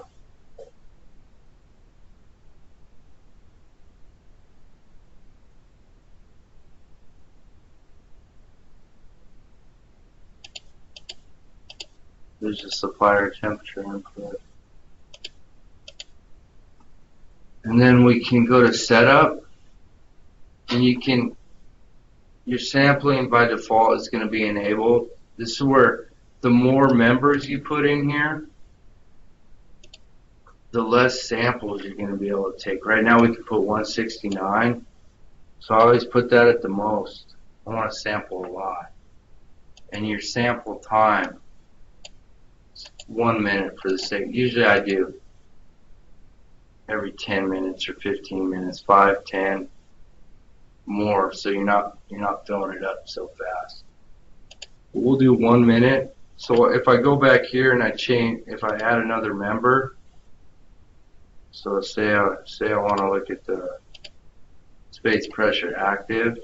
The active is your actual input. Always look at the active. Oh, it's not gonna let me. It says the sample size is set to 169, therefore 2 is the maximum number of members allowed. So I would have to drop this. I was just kind of showing you how the more you put in there, the less samples you can do. And then if you want to do a trend viewer, this is your trend viewer, and I like to use that. You got to check this box down here, because if you don't check that box, you can't put it on a graph. But if you don't care about the graph, it'll still pull a report for you. It's just going to be a paper report. But we'll do the graph too, so you guys can see it. And you just hit save. And you save it to the BCU. So now that's a trend. So you've created your trend now.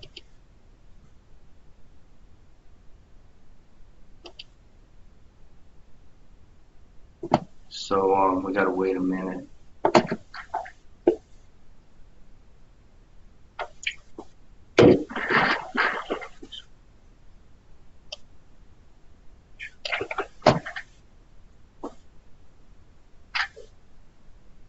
You ever use the trend to maybe try and sell someone a free graph for power consumption? You could use a trend. I mostly just use trends for those picky customers, those picky, deal with a lot of we were in office buildings last day, right? With that one guy that's sitting on the southeast corner that gets sensors on the wall. I use it for that. Any intermittent issues, you're getting a bunch of calls, weird stuff's going on, I'll create a trend. Just so we can log that data and we can physically look at that data to make a diagnosis. I've never done it to do that, but you could. Status reports. So we'll check reports in there. Alright, so let's try. We're going to do a report now. Now we want to look at that trend. You could either go into setup, back to trend, select your trend, go OK. And now you want to, it's taken, how many samples has it taken?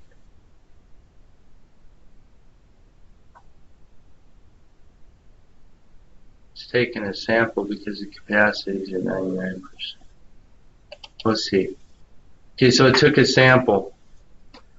So at 648, it was 1.7 static pressure, and the input was 62 degrees for the temperature.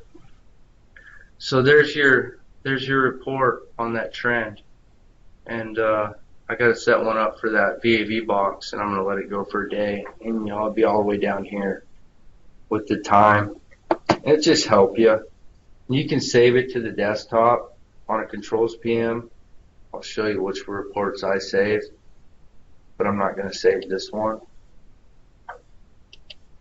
But say you wanted to set it up in a graph so your customer could find it easier. You go to this graph right here, this Harvest Trend Viewer, and you create a new one, and it's going to pull up your stuff that you're trending. So we're trending in IntelliPack, West, supplier pressure input at. Oh, I trended 2 different units. But here's our points, right? Pretty self-explanatory. It prompts you through it all. And then we can watch it roll on this graph here in a minute. Here's your red, and here's your pressure input, and here's your black. Is going to be your temperature, and it's going to start to come across this grid. And by setting up the trend viewer, you can go back tomorrow, and you can actually watch the graph. And I'll have a full-blown graph for you. And it's just visual.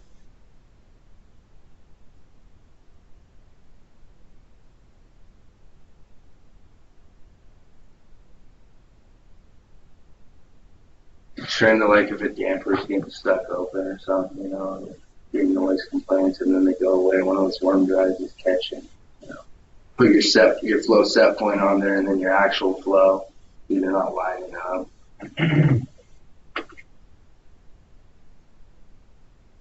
Should start to populate. You gotta push that play button.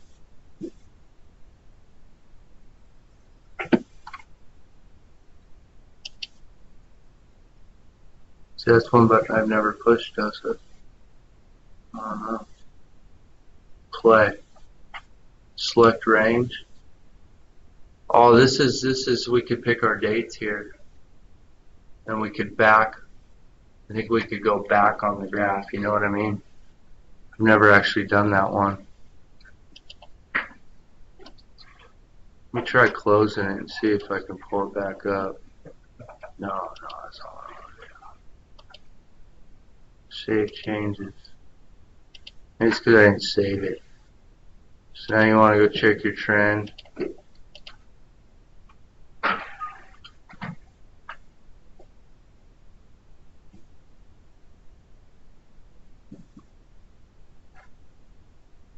While we're waiting on that, another one I like to do, just say on your controls PM, you go up here to status, and you go to your reports right here. And the 3 reports I like to pull are your standard report. You don't need to change anything. I like to go to site reports. These are the ones I saved to the desktop. And I'll pull an all objects and alarm report. Right there, that's going to tell me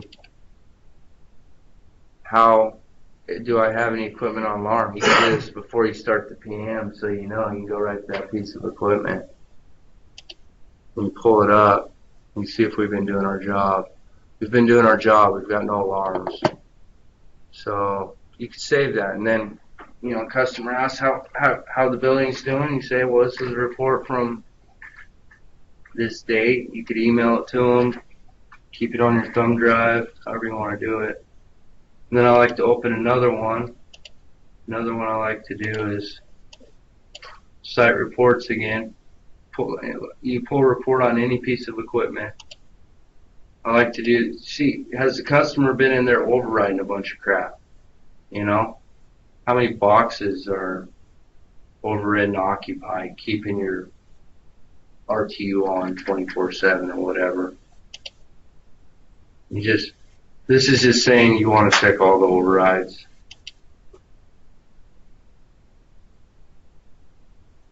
So the only things that are overridden in this site are being overridden by the CPL. And that's those grayed out boxes on the IntelliPack graphic, because we're overriding that set point constantly based off that CPL. But if you had a VAV on here that's been overridden on, or here we can simulate it.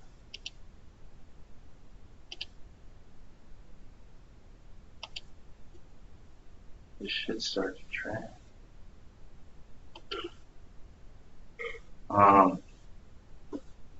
So let's override FPV 135. Let's override. So when we make an override, we have to override it at a higher priority. So here's your priority array. Right now, we talked about area. Area is what's telling that VAV to be occupied. It's part of the superior group area. So if we want to shut that box off or keep it on, the way Summit works is 1's the highest. Here's your time of day schedule down here at 15. We have to override it higher than area. So here's area at 11. These names don't matter. We just got to go 1 higher. So we'll just override it. I mean, if you want to do it right, you could override it at user high, which is 4. So we override it, and let's say we want to turn it off.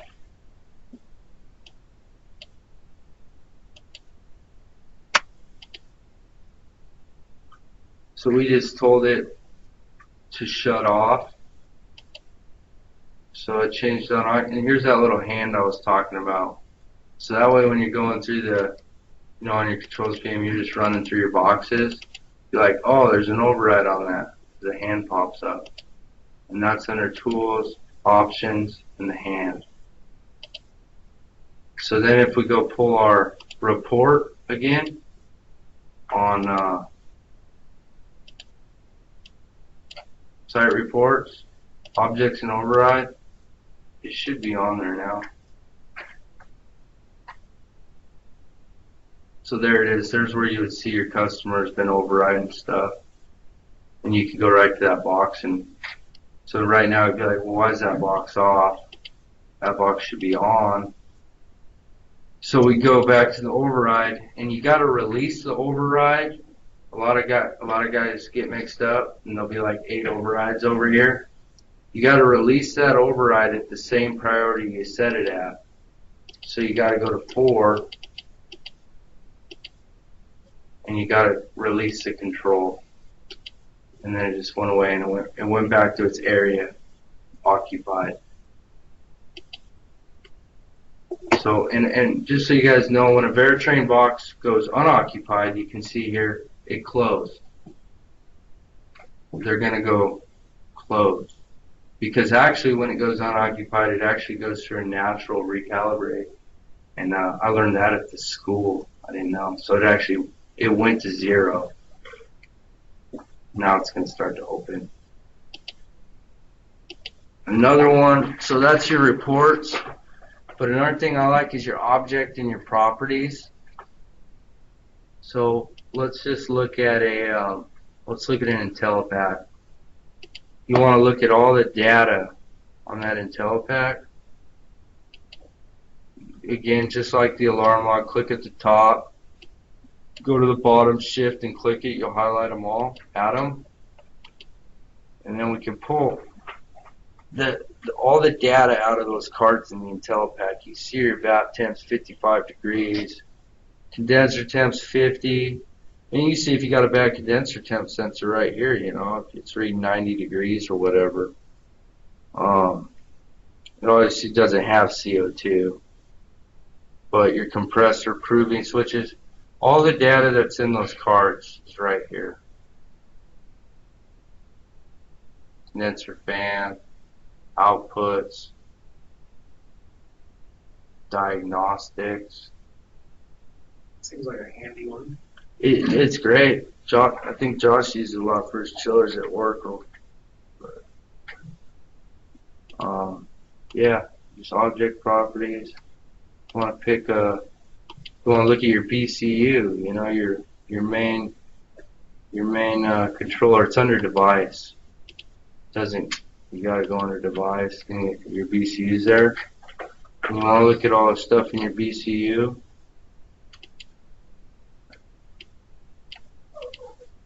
Look at your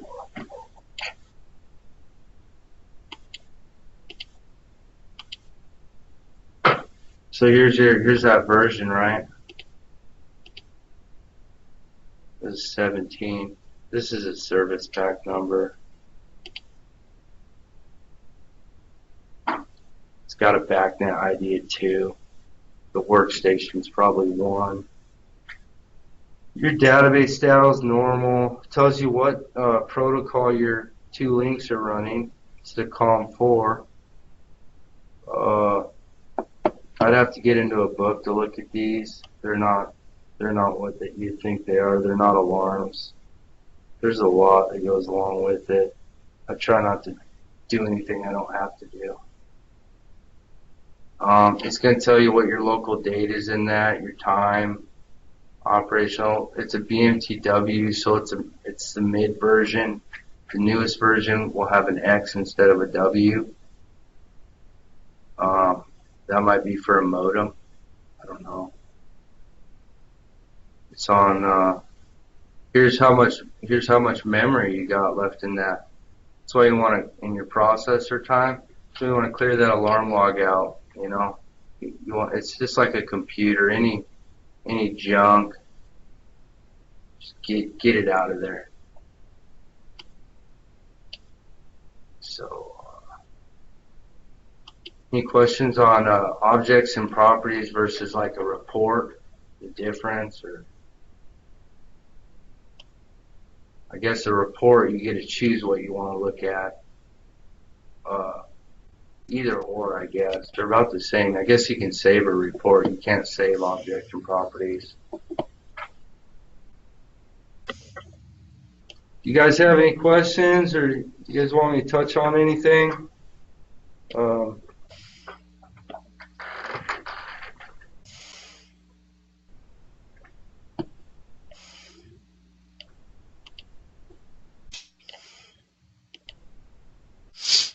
Dude, what did I do wrong? This ain't working. I never mess with this over here. It should be starting to roll.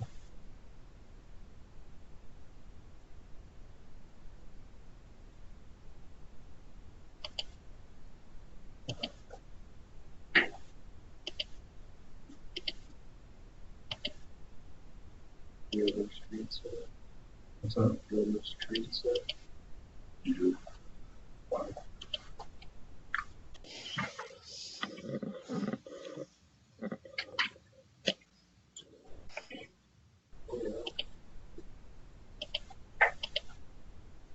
Oh, there it is. It's starting to go. Slower than shit. 10, 11, so 62 degrees. So, you know, tomorrow you come check it and be all the way over here. And then you could click on any point on the line and it would pop up like that and tell you the exact time, the value. I mean, I've had 15 or 16 different graphs going along there, you know, so you can really look at what's going on. But it's a nice little visual. Again, we want to delete something that we created. We don't want it there anymore. We go to Tools. You can delete anything you want. We're going to go to Trends. We want to delete the trend. We're going to add it. And delete it. Finish. I probably can't. It's still there, so I got to delete the trend viewer too. So Tools, delete, trend viewer, add it, delete. Just don't delete your site. It won't let you delete your site if you're in it. If you're logged in, it won't let you. So, I think that's good there.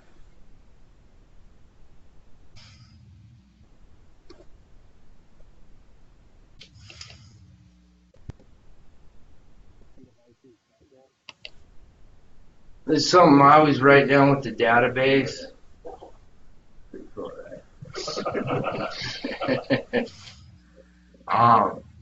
So another thing I forgot to say is you back up your database, you write down your authorization code, you're covered in the event that a computer fails.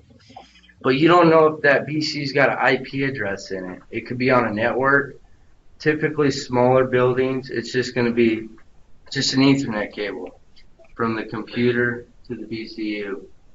But bigger places like Nike or bigger campuses where they're spread out, they'll put them on a network. And there could be an IP address in that BCU. That BCU ever took a dive, or your computer ever took a dive, and now you're trying to hook up the new one, and you're like, man, it's not hooking up, it's not hooking up. Well, it could have an IP in it. And so that's something I always go check. And I'll put that in that same folder with that notes with the authorization code. So you can, you have all your stuff there in case you ever needed it. And it's just real quick.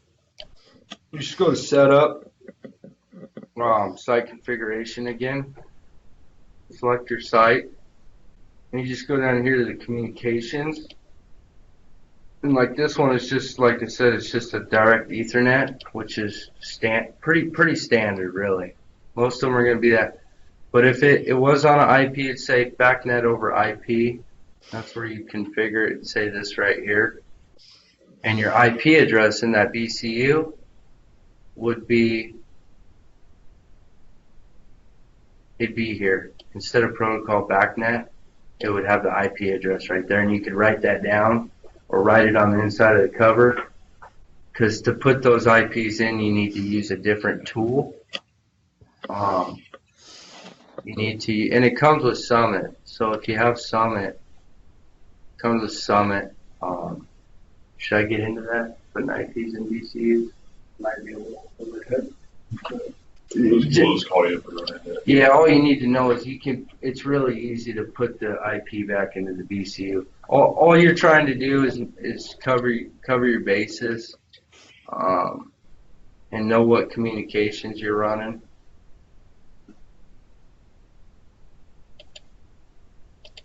And that's just under the site configuration communication tab.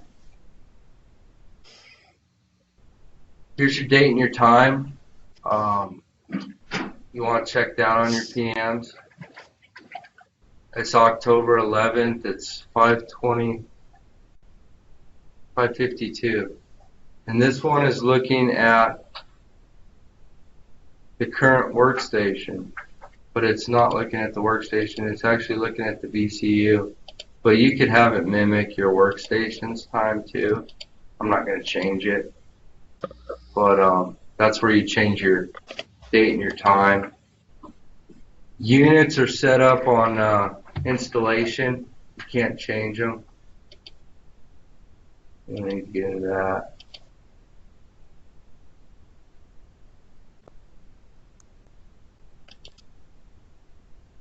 Here's your links that you're using. So you wanted to add a long link. There's your long link, or COM3 or whatever. You had a different device with a different protocol. That's where you'd add that. I'm getting off topic.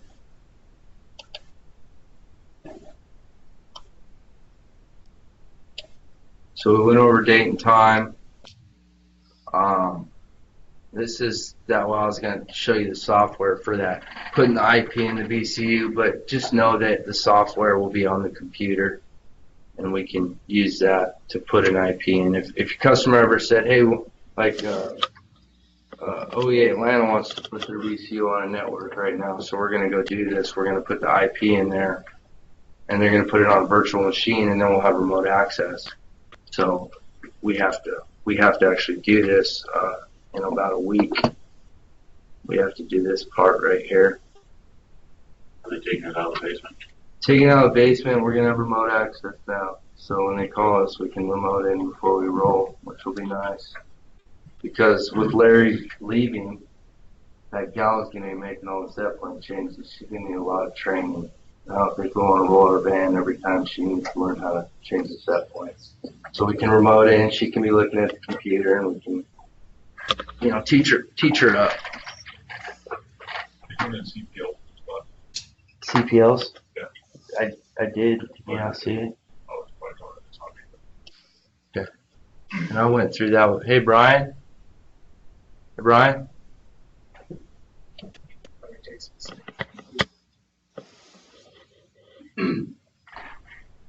Hey Brian, you there? No. He's at the bar.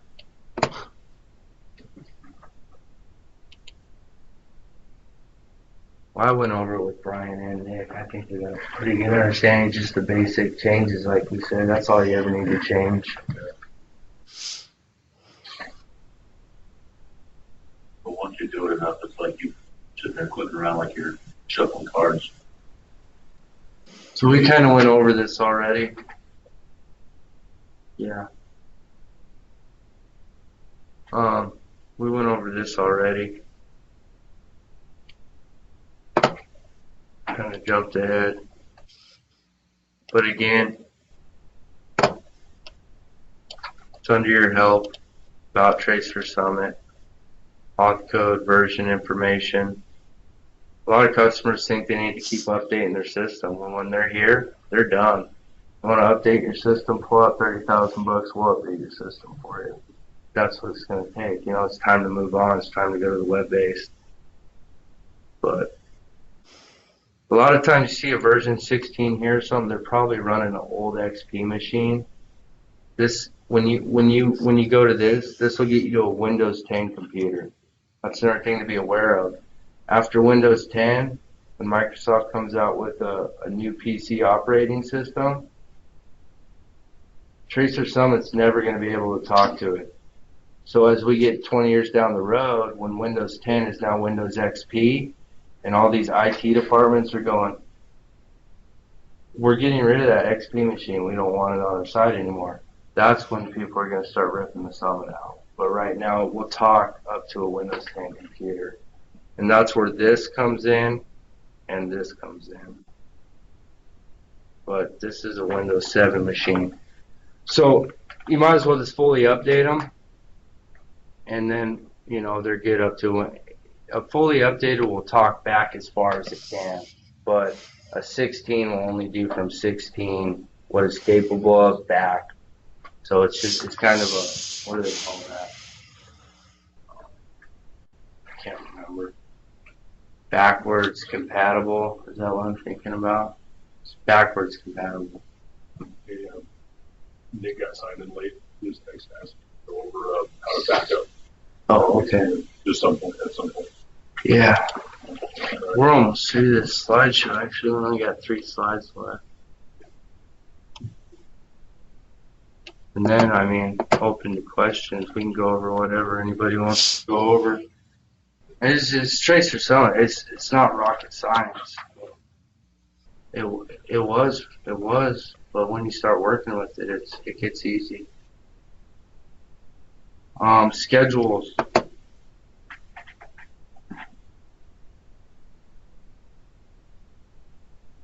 So we'll just go over basic schedule changes.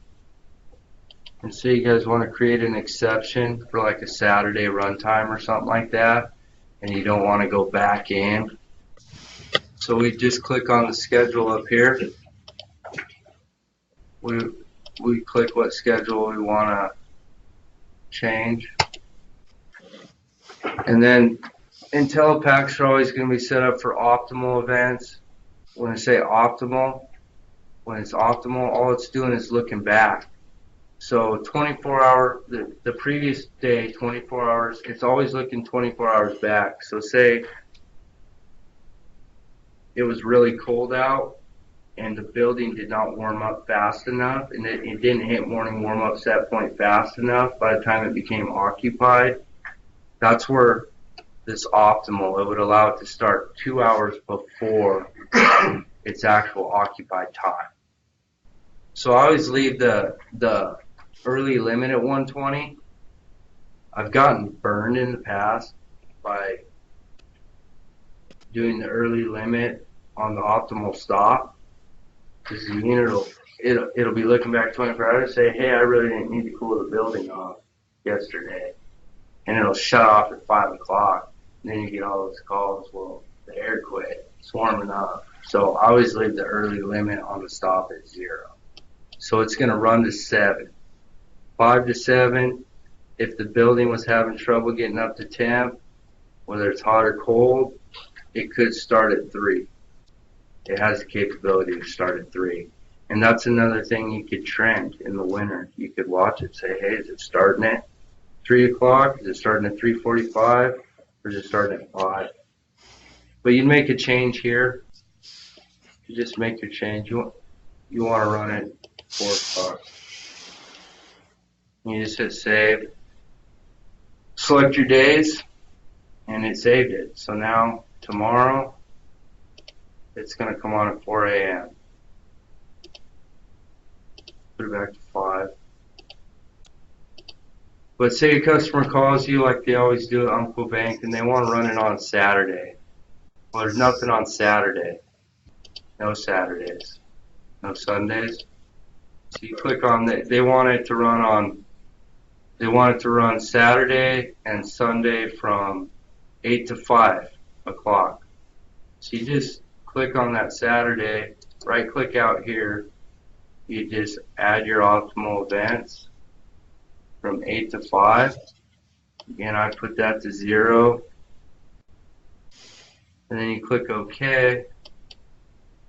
And then you want to do it as an exception so you don't have to come back in, because we made a permanent change earlier. So you just click exception, and you want that exception to go for 2 days. And so now it shows yellow, because it's just going to be for that Saturday and that Sunday, but next Saturday, back to normal. So exceptions are a good way to log in once. Sometimes they'll send out a calendar for the whole month, and you got to go set like 4 or 5 Saturdays, and you just set them all at once real quick. And then again, it's a good idea to delete your exceptions out. So when you're in your schedule, you got to be in your schedule. If you're not in your schedule, you won't have it, so you got to go in your schedule. And then you get the edit up here. And you go to edit, and you just go down to remove exceptions. And all of them, remove. And then they're gone.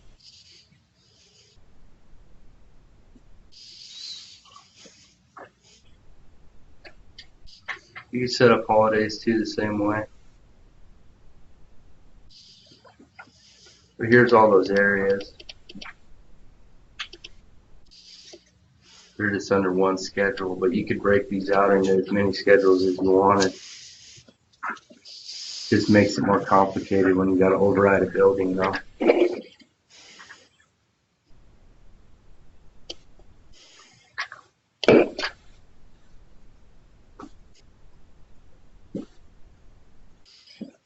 You guys want to go into creating a new schedule?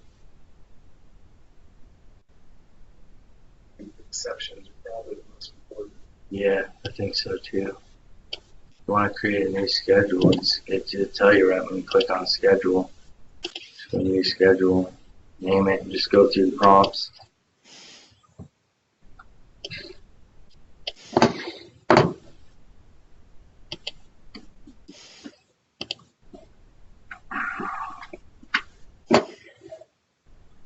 Here's all your points.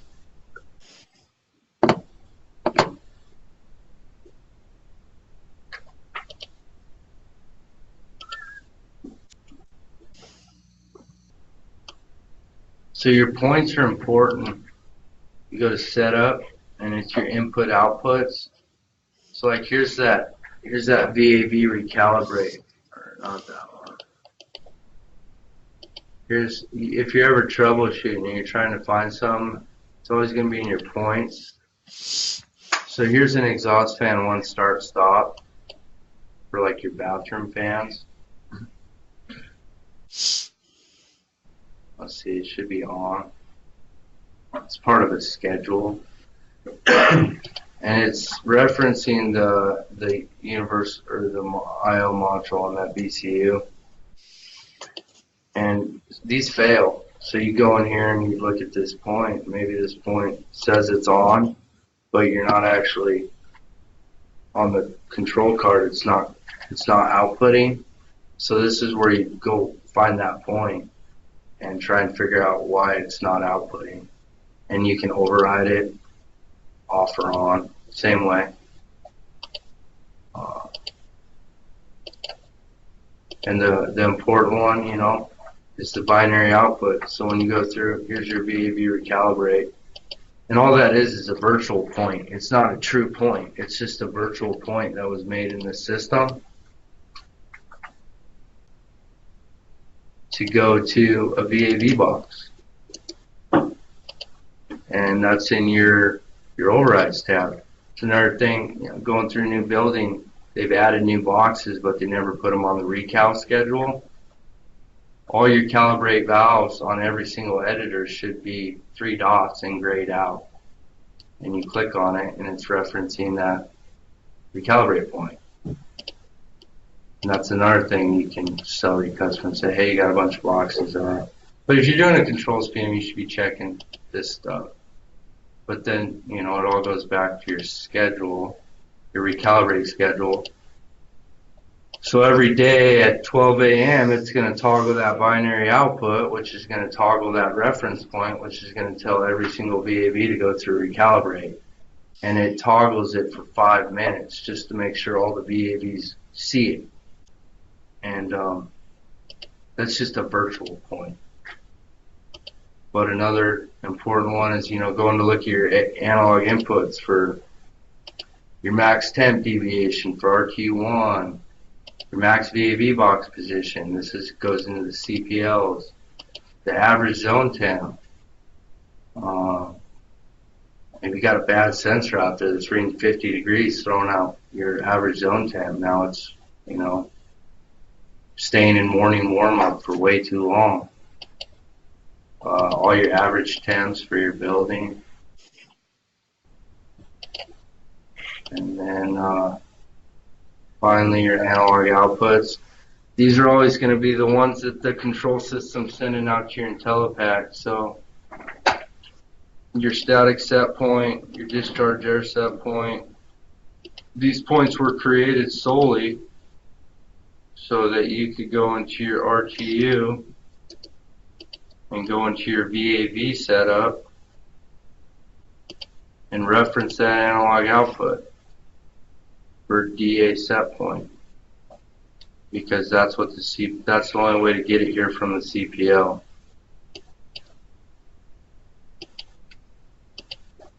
So I mean, just be aware that you have this when you're troubleshooting. This is a good place to go to find some good stuff. I mean, trans.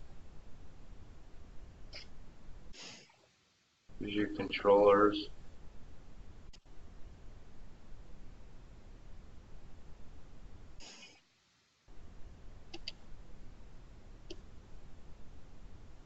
I think we covered all that. Any questions on the points and the referencing? If you see the 3 dots, you know it's referencing. You can click on them and it'll tell you where to go look.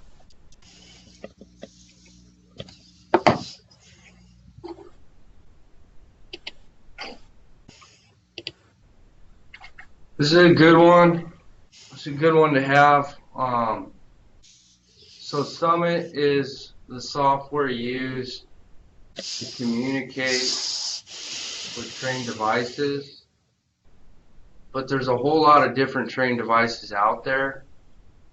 And here's the software you need to talk or back-end program those devices. So if you ever, you know, you come up on a building, it's got a Tracer 100 panel. Well, you're not using Tracer Summit at that point. You need to get PCL Edit or BMN to back that up. And we have that.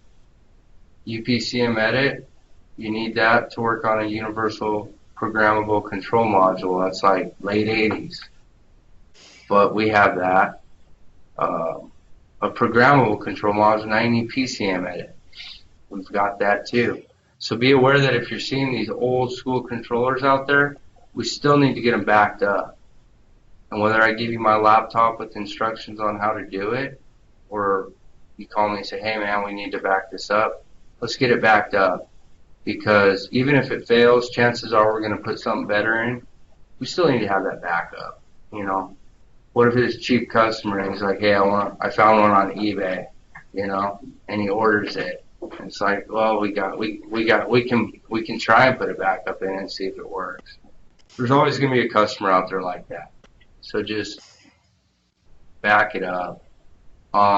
Rover's your COM for editing, you know, the boxes we're looking at on Summit. If you want to configure them with Rover, you can. Any lawn controllers like MP580s, the back-end programming is done with Rover. That's graphical programming. Your CH530's Tech View, that's your chillers. Your tracker, version 10, 11, and 12, that's what you have out there, Rob. That's just your tracker software. Now, if you got some old Veritrack, well, here's the Veritrack software. This is what I was thinking. The Veritrack 2 CCP, those are the old ones like NWESD has. You gotta use Hyperterminal on those. Here's all their new stuff. This is their brand new stuff,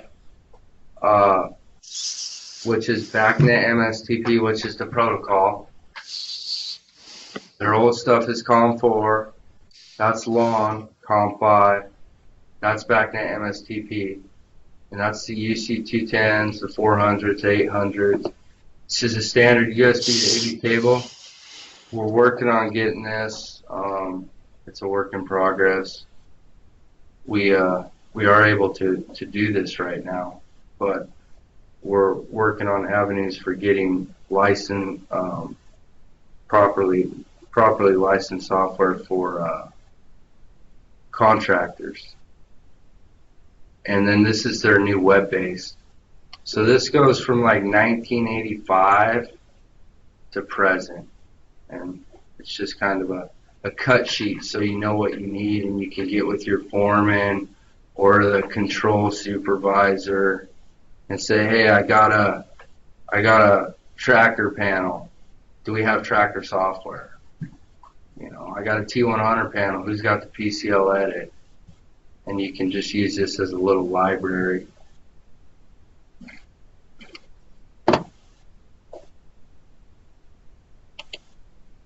I'll send you the slideshow. I was going to go back and... Are you guys... Is anybody interested on uploading the database via modem? Like you go into a new building, you see a phone line with the phone number on it, and you're like, hey, we can upload that to our computer. It's good. You did one of those. You did short haul term, right? $4. That's Hyperterminal. That's Hyperterminal, but we did, let's pull up the thing. So Seth, I gotta change my log meeting now to a different computer. I can just do that. And here we go. So I think we're good here. I don't think I screwed anything. I'll go over Nick with the backup. Oh yeah. You there, Nick? He's there. Yeah, I'm here. Okay, Nick, just to back up your database, just go to Tools, Backup, select your site, and this is where you can choose to put it on your thumb drive. You know, browse, go to your thumb drive would be right here. So you click your thumb drive, but for now we're just going to put it in the backup database folder on the computer. And you just hit save. It's gonna prompt you, and then you got to add it. Hit next, and just hit backup. And that's it, man. To do your graphics, if you got custom graphics like this, you want to back those up. These aren't the greatest, but they work. All these graphics, these are site graphics. They come with the software. You don't got to worry about backing these up. They just get assigned automatically. But say you got some floor plans, just go back to backup, go to your graphics, select all your graphics. If you want to put it on your thumb drive, click browse. And I just always click yes to all, so it just backs them all up at once. And then it backed all those graphics up, the 8 graphics.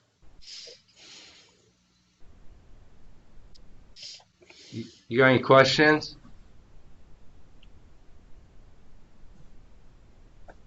Nope, thank you. Cool. Do you want to go into CPL at all a little bit more? Or you good from the other day? Yeah, I'm good. Okay, man. So we're gonna go over modem, uploading the database. So I gotta, pretty sure we're good here.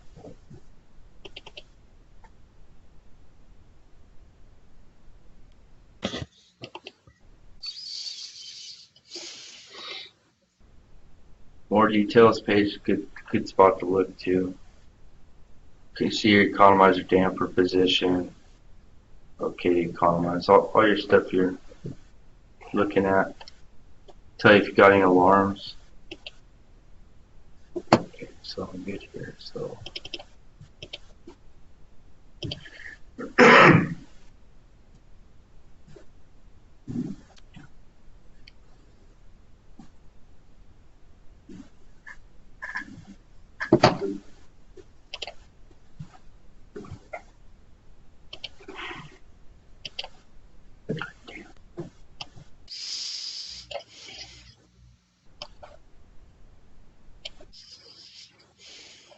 okay, here we go.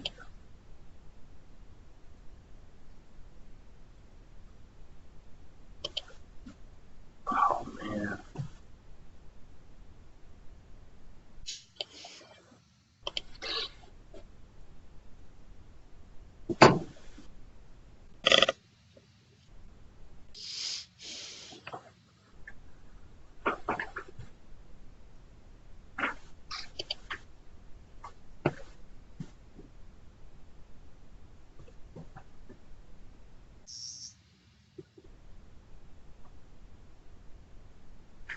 Who's in Seattle? Do you guys have Summit where you can do this up in Seattle, Seth?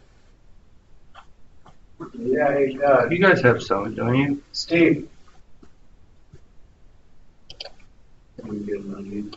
Hey Steve, do you guys have Summit up there on a modem?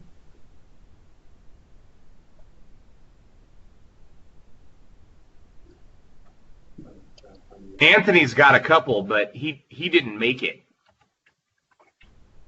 Oh, so like if you guys go onto a new site and they don't want to let you guys remote into the computer and they got a phone line, you guys are able to upload the database and work remotely off a phone line?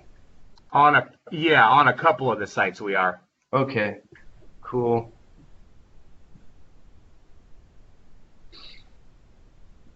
I don't want to create a new password.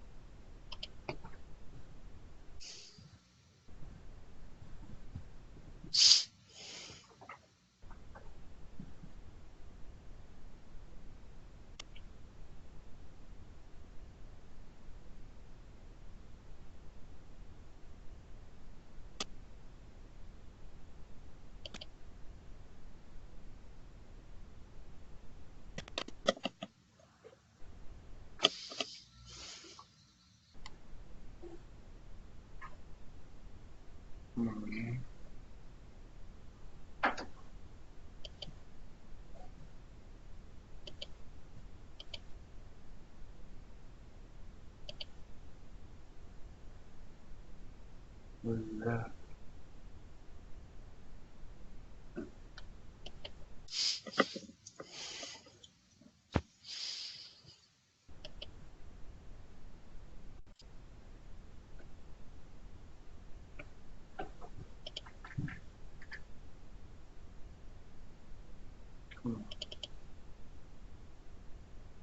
Yes.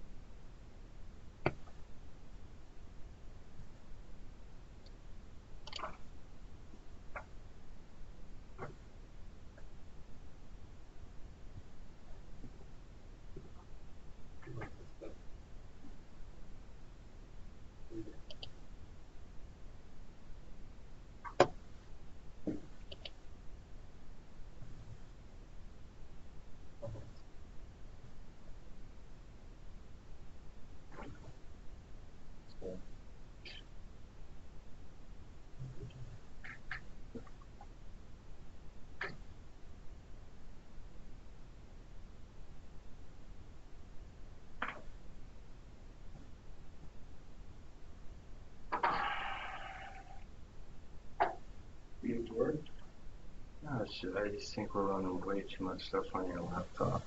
Probably.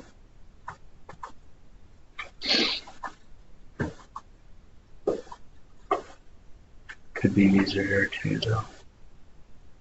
Mostly probably user error. Trying to get the client to pop up.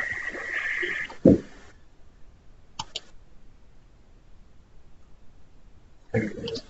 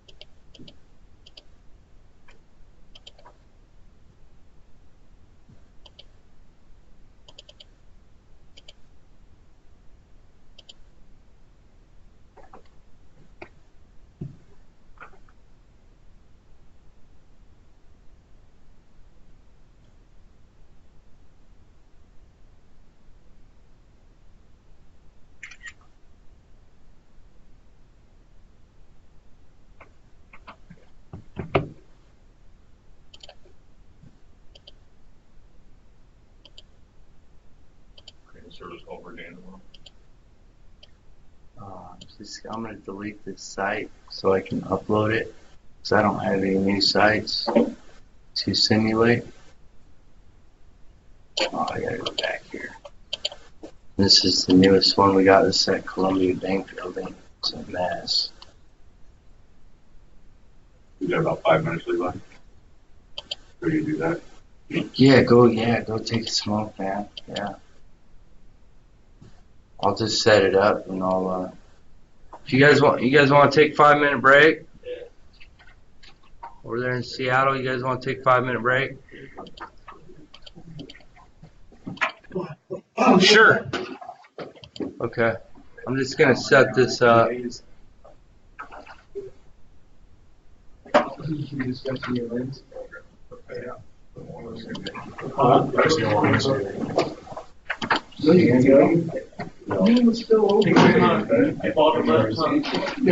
Ankle breaking.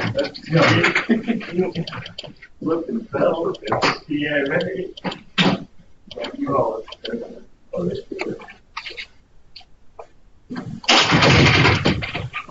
A lot of information in there. But you know what? You can figure it out, man. It's all right here, you know. One phone call away.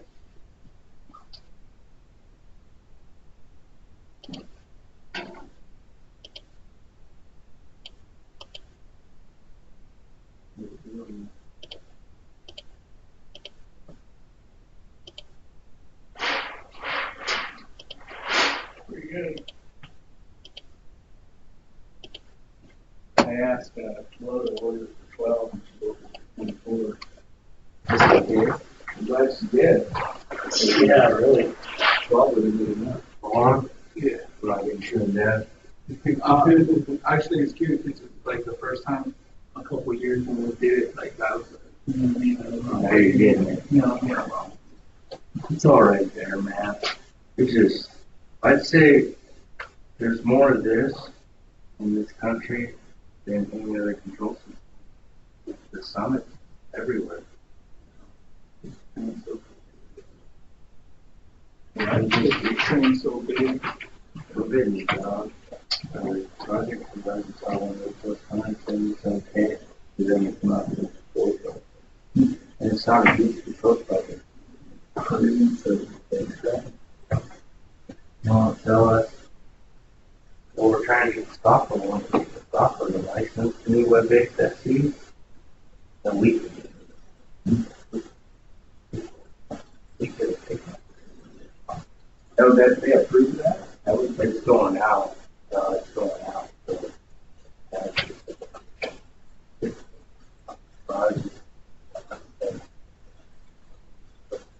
yeah.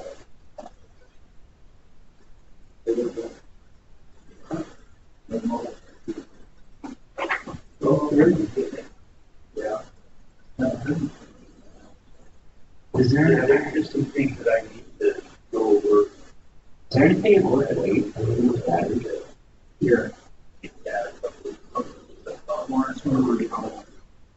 Initial. Oh, yeah. All right.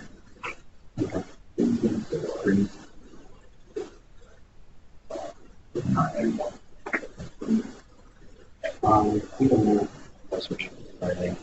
That's what that shut out. I didn't know the job. Doing so. This is one of the guys that I'm amazed these guys are amazing.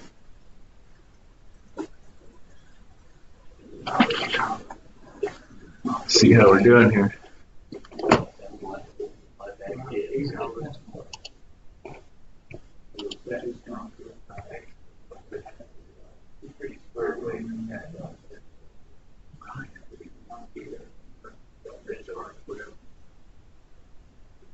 Hey Ryan, I didn't know you were on there.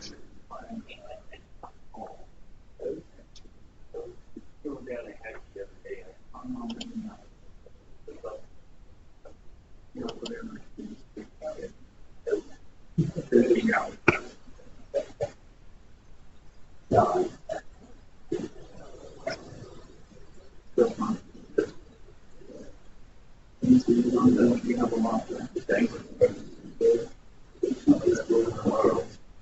And it's supposed to be 30 years from not on the road, things in the building for I was out there today for they were only 8 minutes, but they got 2 other small ones that yeah, we're doing the next presentation.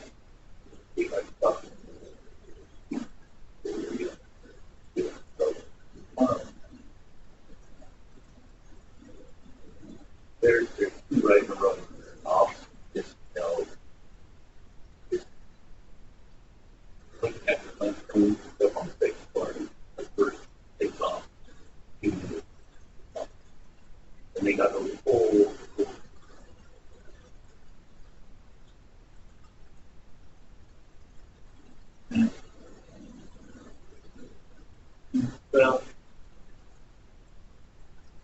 I don't know if those that old or the that's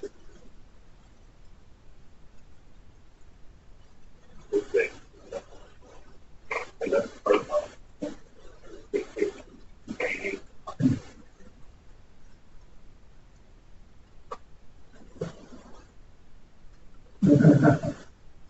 what's your name?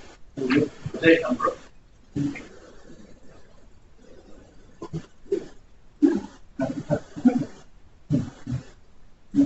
Oh,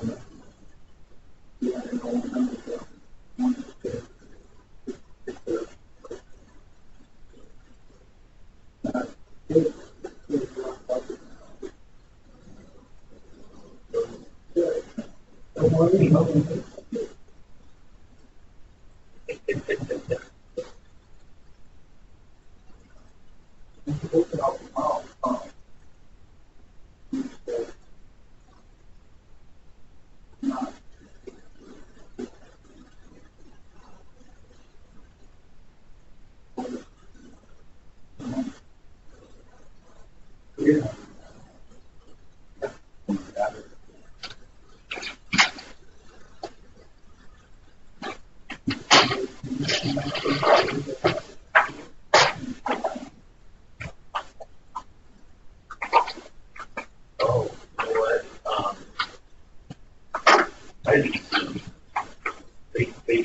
They shut it off and it was like an extra there.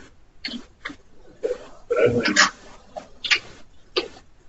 fix one thing helped me out because about the freezer one. The freezer one's on. Yeah, I got a nice card that was I went out there. So,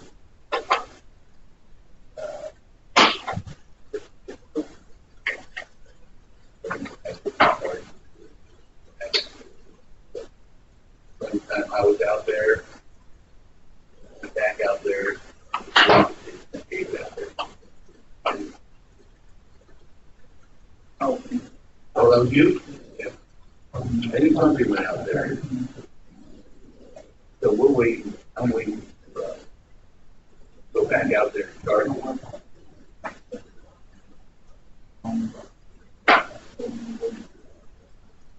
Yeah. It's pretty warm in there. There's the thumb drive where you can start. You can wait black. I've got one from York on my dresser at home that I've never used. Yeah, just keep it.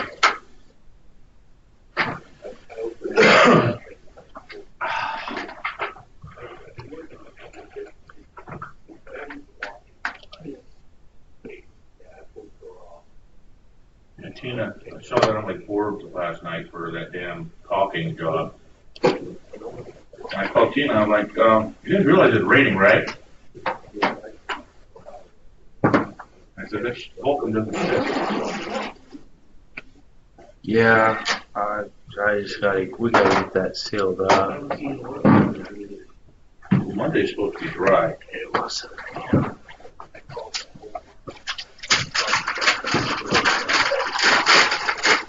Oh, what the hell? I'm searching images. It's been a long week. I want to search. I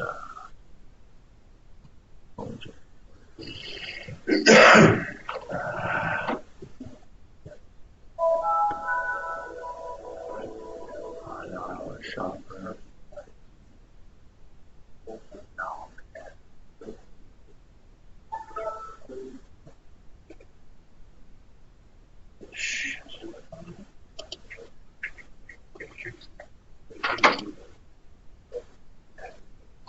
This is a disc.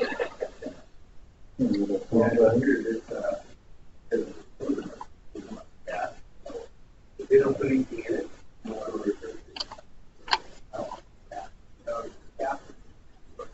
And,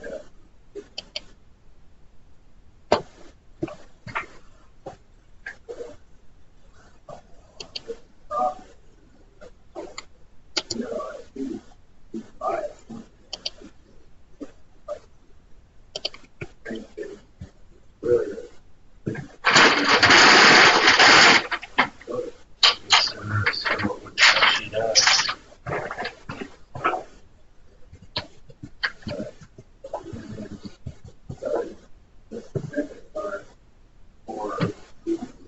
after they're done.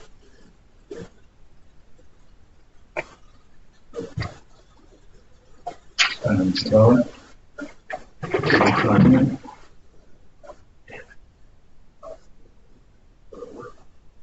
You're going to set up Yeah.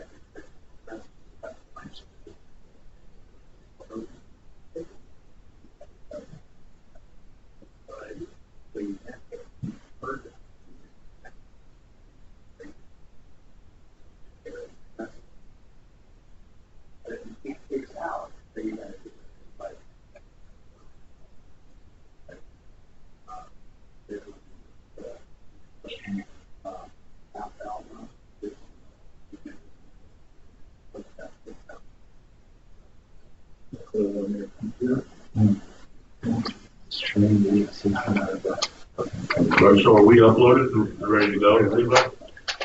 Or are we still waiting waiting? on everybody. Yeah.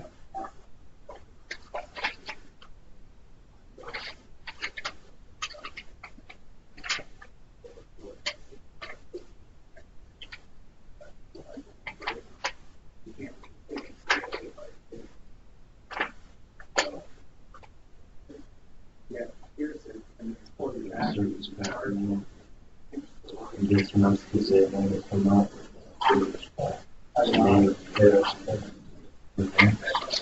Which is weird because now all the back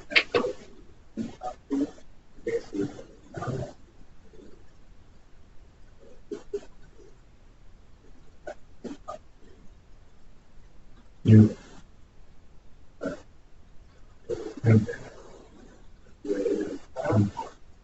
yeah, moneymakers.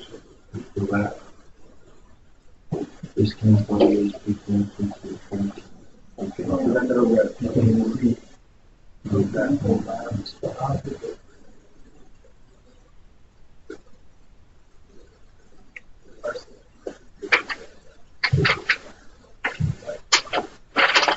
You guys ready?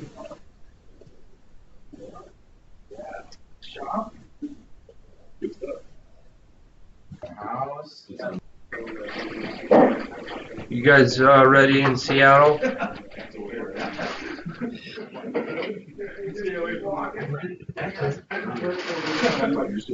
Levi, does this lunch night have that PowerPoint on it? No, man, but Seth's gonna put it on the. PDF expert? Yeah.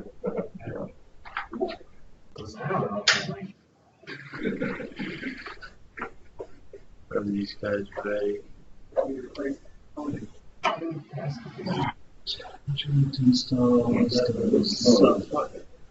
Question something on the work tomorrow? No. Oh, yeah. Congratulations. Am I hiring? Yeah. Congratulations on Friday.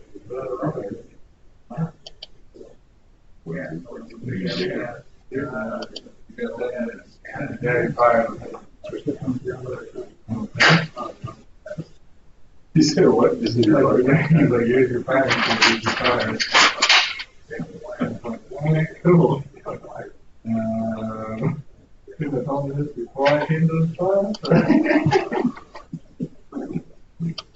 You just always have to know. Yeah, just now, like, when we were in here, Jacob pulled me out and he pulled me lunch with the server cores. You get it download?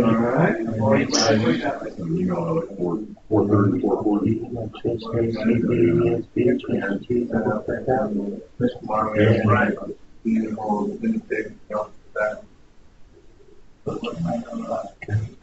Right. So what? So you're MES, right? No, I was gonna do. Oh, the training, and now you're doing that. No, you're going to fight. It's a change to trade balancing tool, so they're gonna lock you out and you don't do no back end.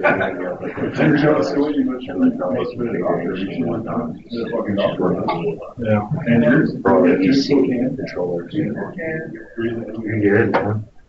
Plus you got Tracer and CD, ESP, so you can hook up, now you can hook up the Verdi.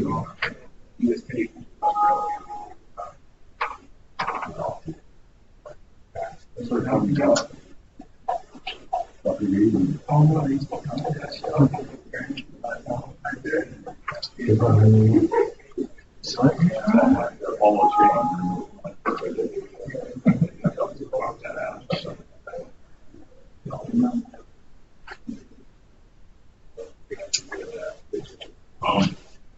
it called? You took over the whole account. Almost. What you want to do is what I like to try and do is hook up to a controller that's on the network, and then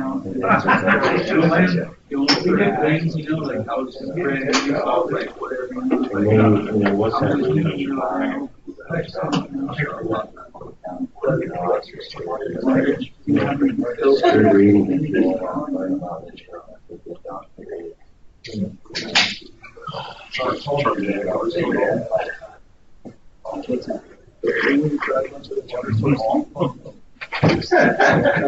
Murder wife and your wife, we would get over that wall. You don't ever tell that story. Oh, dude. What story? I'm gonna make that one. I want to repeat it now. Oh, I remember that story. Oh, yeah. Yeah, I remember that story. Yeah. Oh, man, it's been a while. She packed me that ham sandwich, though. Yes. Seriously, I was showing through the job site, and I never get lunch. She never packs me lunch. He always gets the lunch, but he does it himself. So one day she packed me lunch, and it's a ham sandwich with lettuce. Man, it's all fully loaded. I'm like, oh yeah, you must have took care of it really good that night. Best lunch. Ham sandwich. I got it pretty good. I was like, oh, that's not bad very often, huh? Yeah. You didn't miss the ham sandwich now. More than the ham sandwich. Yep. Hey, that's a regular word when you never get a lunch. You done with that? The software? Yeah. I'll take that. What do you got there?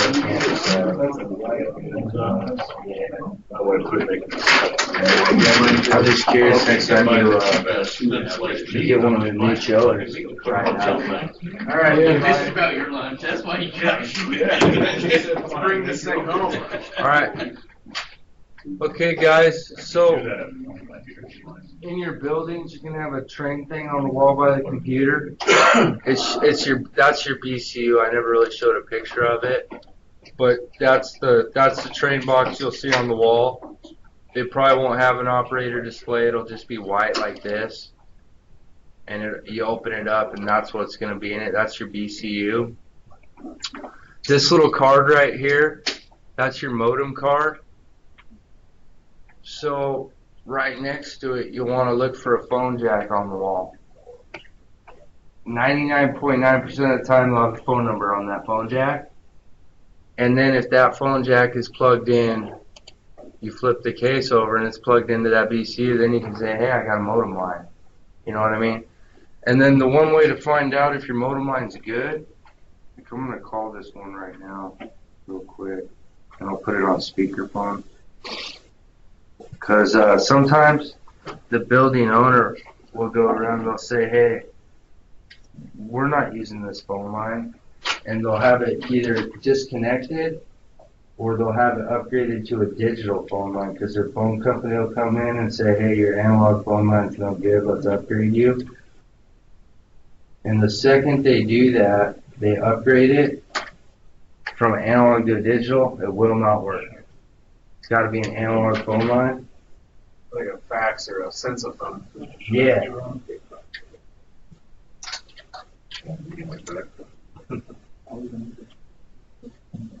And the good thing about the phone line is if the computer crashes, you got to back way into the BCU.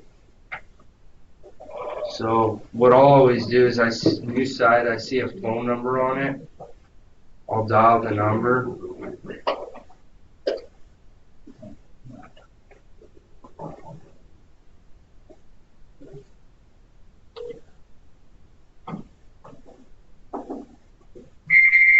Should sound like that.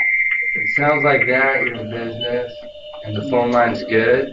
If it just keeps ringing, or somebody picks up, you're not good. Hang up. Yeah. So that's the yeah. Oh, shit. Were you even using computers, or we used to have to listen to that every time we logged in through AOL? I remember when I was very young. Yeah, very young. Like 10. You got it.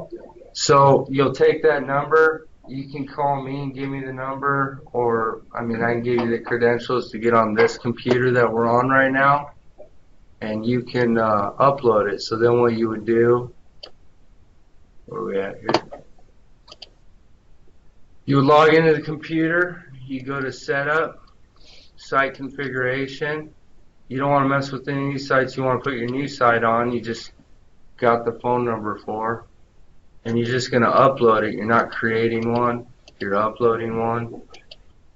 And you're going to do it via modem. You don't have to overthink any of this like I did. You just follow the prompts. Then you'll add your phone number.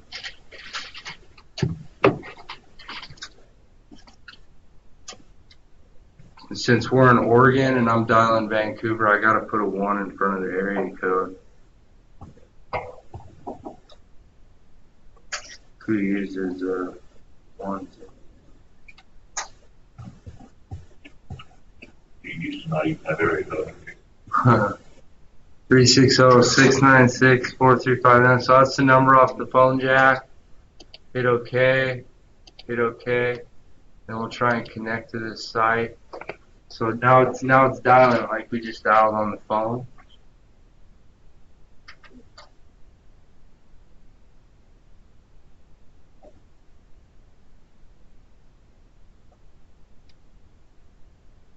And I always get calls from my customers saying, hey, we got an HVAC phone line. Do we need to keep it intact? And I always tell them, yes, you do. Because otherwise they'll cancel. They don't want to pay that extra $30 a month. You know what I mean? Then their PC dies and I start getting all kinds of service calls and I can't get into the system. Let me try something here. I'm going to close this real quick. Because I deleted that site.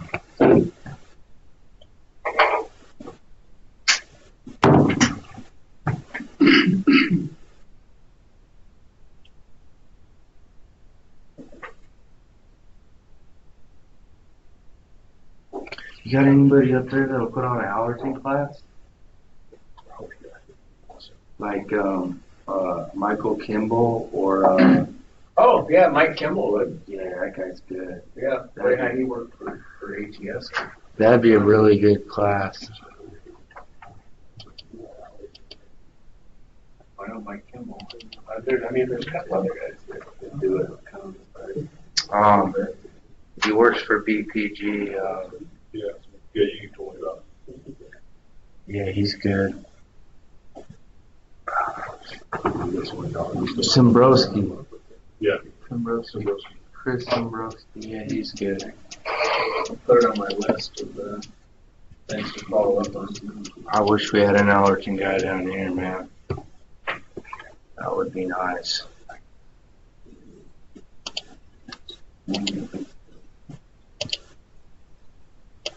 Try it again. Yeah, that's a good call.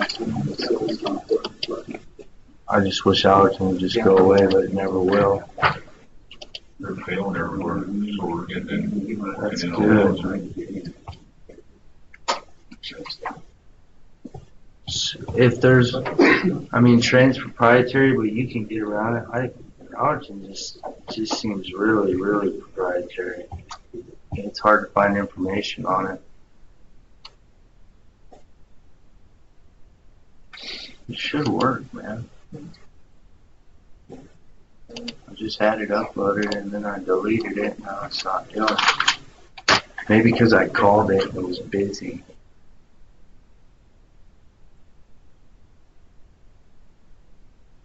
What are you trying to download? It's that new one, that Columbia Bank building, downtown, one of those killing properties. I already had it in the nav tree. I already uploaded it once, but I had to delete it to simulate what we're doing.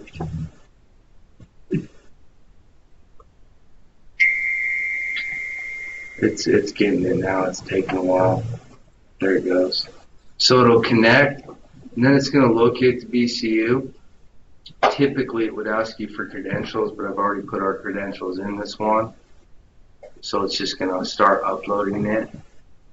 But if it said it had American Heating's credentials and not ours, it would want the password. And we'd have to call the customer and get the password.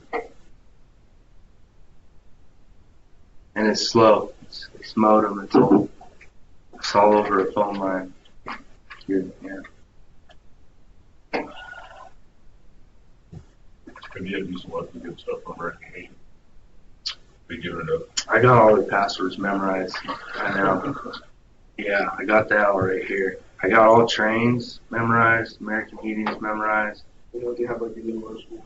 Yeah, Tranes is either BAS 97224, TOBAS 97224. American Heating's is AHI 1309. Now it's asking us to upload. We're going to click yes. Or Steve 0545 typically. You got a pretty solid connection there. No. It's fine. They hate me, man. I think Trane's starting to hate me too. But yeah, American Heating. Man, they just make it too easy. If we can just get our butts in the doors with American Heating, it's over. And this is some of the worst buildings I've ever seen, man. You know, if you can get a hold of Jamie, who used to be out of Nike maintenance. Yeah. He used to work for American probably 10 years ago. Mm-hmm. He might have some of that information. Oh, I got it. We've cracked them enough, man. I get it. I did just come across one of their guys. His name's Jamie. Their lead controls boss over there. He did some programming on one of the new seasons, and I could not crack his password. He had something weird in there. So that's where I had to go back to the customer and say, hey, you need to call American Heating. So I'm not going to call American Heating. Be like, hey, I'm at your building that you guys still have. Can I have a password to the controller? So Darren with new seasons is working on getting that. But we're going to get that building, I think, on the 18th. So then they'll have to.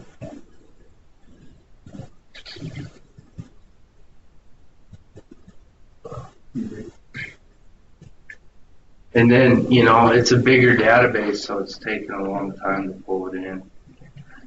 In the 90s, we used to have to research bearings. I work for a bearing company. Yeah. And just sit there for 15 minutes listening to Oh, man. Now it's like we get information too fast. You got to slow down and process it all. Remember back then? Where you go and you get with the film. Yeah. You go with the. What do you mean? It went like a big projector. Microfiche? Is that what that was? Yeah, the microfiche. You like span around and you like see it. Just like my discharge papers. Yeah. They're at the county courthouse on microfiche. Oh, really? Yeah. Hopefully they update their system by now. I mean, we're in an RSD one time, like, that was 2000, I still have one. Yeah. I was asking something about something like, oh, yeah, we got this one. Yeah, we use that at the bearing company too for, you know, hard to find stuff and try to match up, and then also in the Marine Corps, getting high school. You do like compressor breakdown. Go to the library and use a microfiche machine. Yeah. And the Dewey Decimal System. Janet, you got some of those, right, for you guys down there? Oh, yeah, I do. Thanks, man. I just ordered. I thought they were going to get cool that said Mac. No. Yeah. I got a couple weeks ago. Still. They didn't. I asked if there was any kicking around, but And there's probably some of the flutter balls right here. oh, I asked Stu if he had like. I asked him for 20. So I was like, no. I didn't want to wait for like screen printing. You have to do for it, then you get an email 6 hours later. How was your experience? I just needed a phone charger. Everything gets a ticket. Hey, Jeff.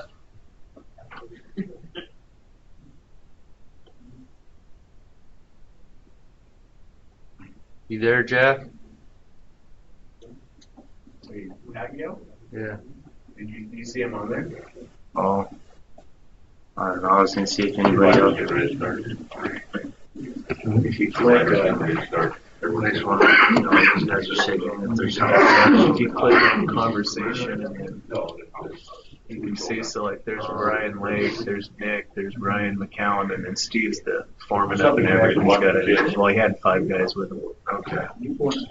And then he used I just didn't know if there was any text up there that was anything special or anything like that. I'm getting it all, I don't know how much is gonna stick in my head. All of it. Until you do it on a regular basis, the bells will go off on, Right. Yeah, well, when you look at the wall and you see a VCU with a computer and a phone line, you got, and you call it and it does that ringy ding thing. Yeah, possibility. You're good. Yeah, we can get it on this computer right noise. here. Yeah. And like this guy here, this computer, he's got Team Viewer on it. So you'd be able to sit right here if I gave you the phone number and talk to it.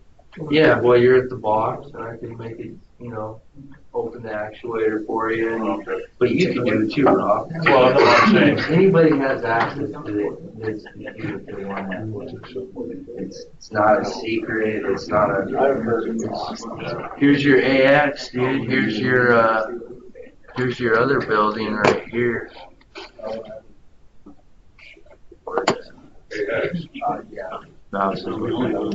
Yeah, here's your here's your Hollywood. I can get that on my iPad. You can get to the web interface and switch in the back end for programming and all that. Not that we need to, but this is what Doug and BPG going on. We need to change the set point to that dentist office. Yeah. I want to change it to 770. I want to change it down to 68 degrees to see what it does. 68 degrees.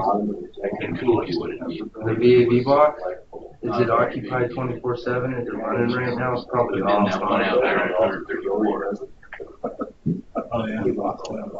But, because they say it's consistently 72 degrees and then they get out 70. Here, well, let me stay on track here. It finished uploading our site. I got it up and running, but then it took out, I think you said we got to figure out, they took out one other variable drivers on one of those lower points. Oh, yeah. We had to call Trane and they never called us back. I can't figure that out. What happened is, I got out there and I got it up and down, well, the computer's down on the bottom floor. That board, it's up on the very top floor in a closet. So I searched that down and got it up and running, but we never got static pressure out of it. Guys, get on the upload. Yeah, it's done. And we're back. So then, yeah, here's your site, that new one. It's a bigger site than what we've been looking at. It's got some, We pulled all that. all that. There it is. Remember places. Yeah. And then I'll show you guys a different site.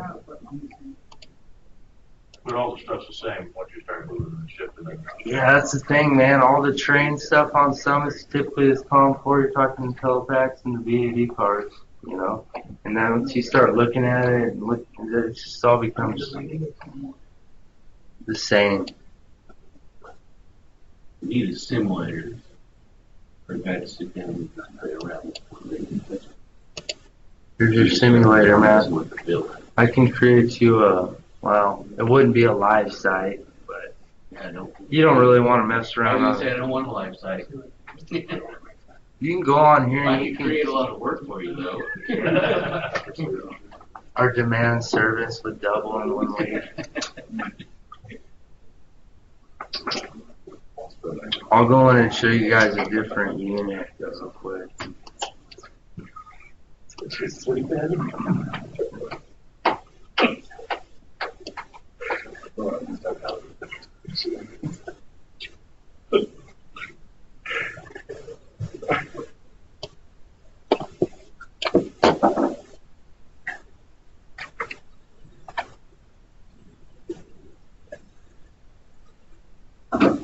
completions, right?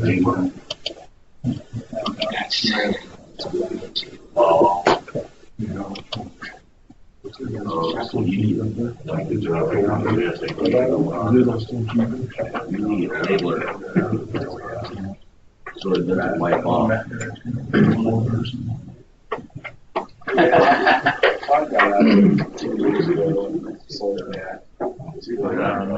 No, I haven't.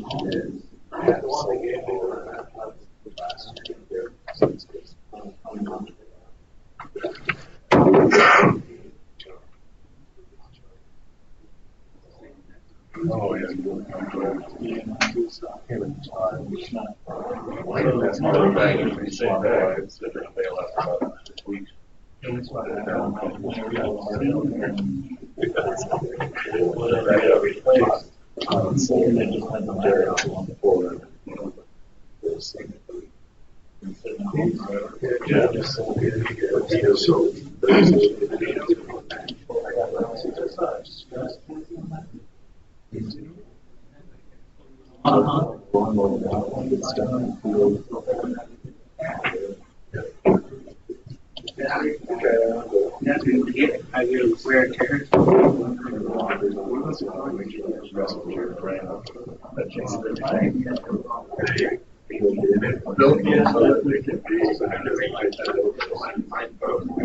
Here's those bells. Yeah.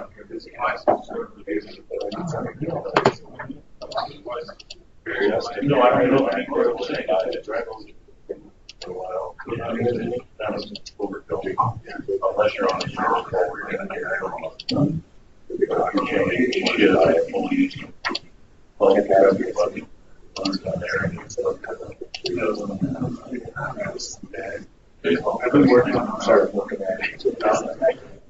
Here's that graph, guys. Here's like a rolling trend that's just been rolling for a long, long time. I got the present value. And then I'm trending the OR pressures. 0.01. You can see when it goes unoccupied. It's kind of all over the place. You want to keep that OR around 0.02, 0.03. OR is what? The operating room for the OR, for the surgery room. You want to keep it positive. You don't want any dirt So or. what, looking at that graph, I mean, I can't see any timestamps on it. What is that called? Oh, this is when they open the doors. You can see when they're opening the doors here. All that positive pressure is going out in between surgeries. You can tell when they're in surgery deep, though. They're like, it's pretty. Pretty serious. Yeah. And what's this green one? This green one is different. The surgery room, surgery center wanted their stuff on file if they ever had an issue. Yeah, lawsuit. Yeah. What's that brown one? The brown one, universal input 29. It looks pretty moved out. Let's go find out what you know. RQ2 universal input is at 29. Yeah, 29. Oh, come on now. So we go to RQ2 universal input 29.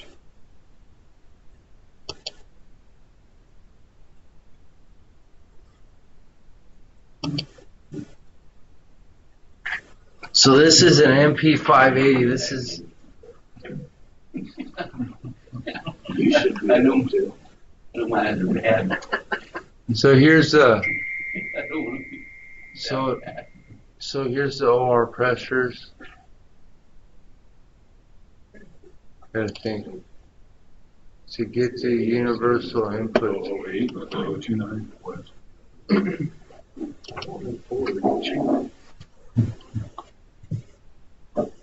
That's variable. I'd have to get on Rover. No problem, I just noticed there was a section where it was flatlined and then it was staying free. Yeah. Yeah, and that Rover's the one where I'd be able to look at Universal Input 29. That's why you need multiple software sometimes. These MP580s, they got a lot of back-end programming because, you know, you got a lot of points. It all correlates over to a MP580 generic discharge air controller profile, but everything's on the back end. They got some stuff out here. Why is that? I don't know why it's so blurry.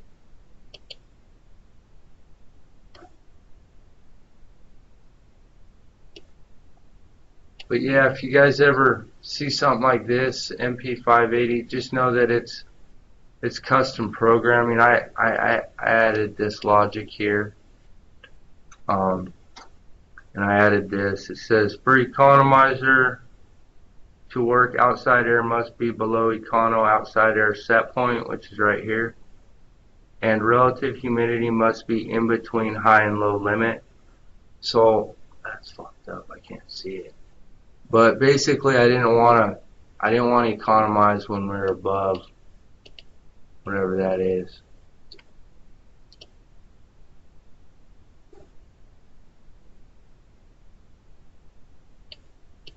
%, 75. That's 85%. Yeah, so I didn't want to suck all the moisture out because they gotta maintain. But the cool thing about these MPs, if they're set up right, you can do a lot of troubleshooting. You go into the, you know, right now you're calling for first stage DX. You come right over here, first stage status. Wait a second. That's not good. First stage compressor status is 0. So it's, is that a 1? God damn it. That's a 1. I'm going to pretend it's a 1. He's in denial. You grab a Sharpie and change it. So yeah, so If you call about 1 in the morning, you know that, Levi.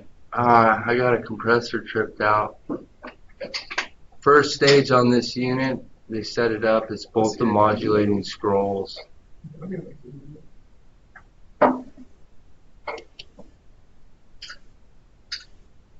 But damn, man, we're maintaining 4090. That's blurry. I need to look at it. It's only 53 outside. I need to look at it on this screen. You guys want to do some live troubleshooting classes. So, hey Seth, shouldn't I just be able to drag this over here? Yeah. No, I did it again. See how the... It doesn't look like it's going to let you. Because I think what's happened is, there's another screen that screen's in. You have to grab the screen that one's sitting on. The remote desktop. It gets very fuzzy, pardon the pun, when you're trying to Skype and show a second window.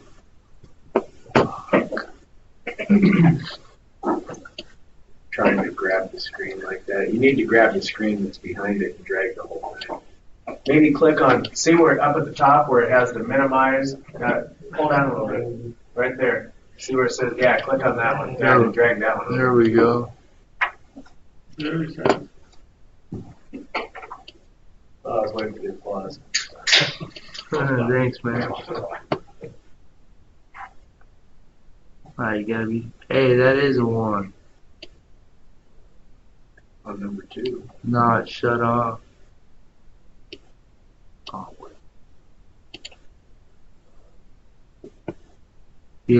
DX. What the fuck? No, first stage compressor's off. Damn it. No problem. Who's on call? Need to go to Wilshire. Reset the compressor.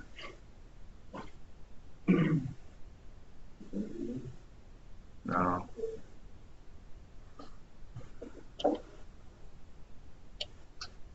Well, it's cold out. We still got all these ones. You guys got any more questions or want to look at anything else or?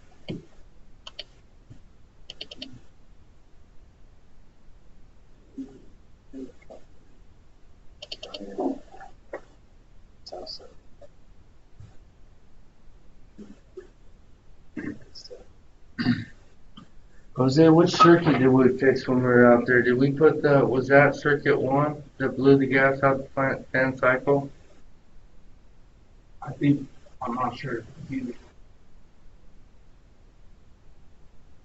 think it was circuit 1. Circuit 1. One circuit 1. Oh, I just tripped out on high head. High head pressure? Right now? No, I don't know. I haven't been there in about 2 months with all that ash maybe getting in the coil or something. I don't know. Now it's got me. I might have to go out there tomorrow. See, that's why I don't like logging into site control there, you know what I mean? Now it's on my mind. It just means I need to drink more. Yeah. Alright guys, I mean I really don't have a whole lot more unless you guys want to look at Give me 9.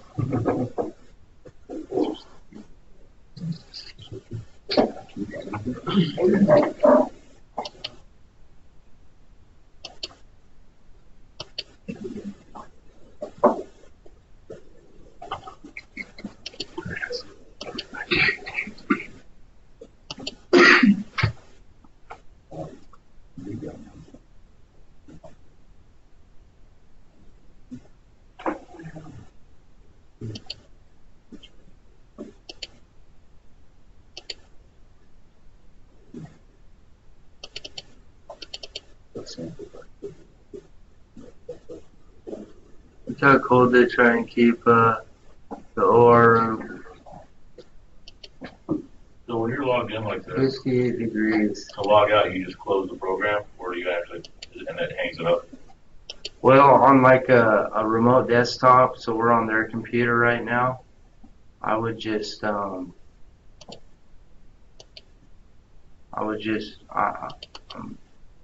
always close everything, right?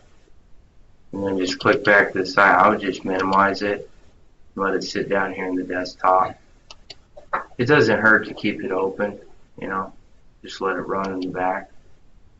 And then we're on LogMeIn, so I would just close I would close their remote desktop, their computer.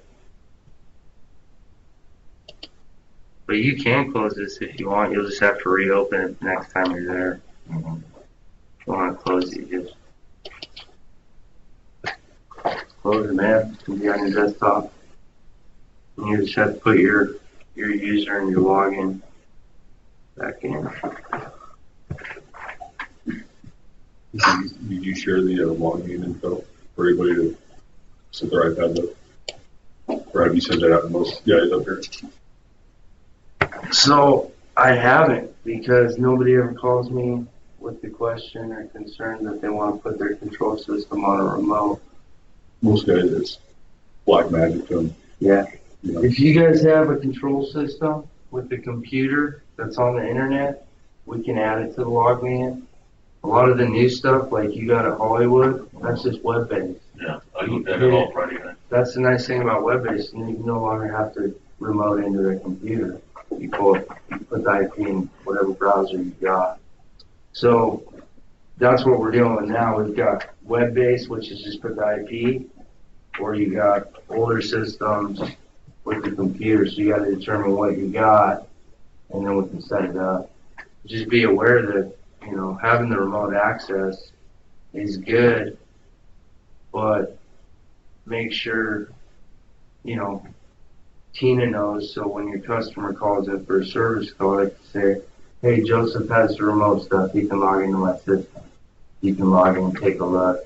It's tech specific, so when you got a site, make sure that Tina's calling you or service knows in the notes to get a hold of you. Because I go to remote into your site, I'm not, you know, I don't know the layout and the mechanics of the building. So you guys want to make sure you know the mechanics and the controls.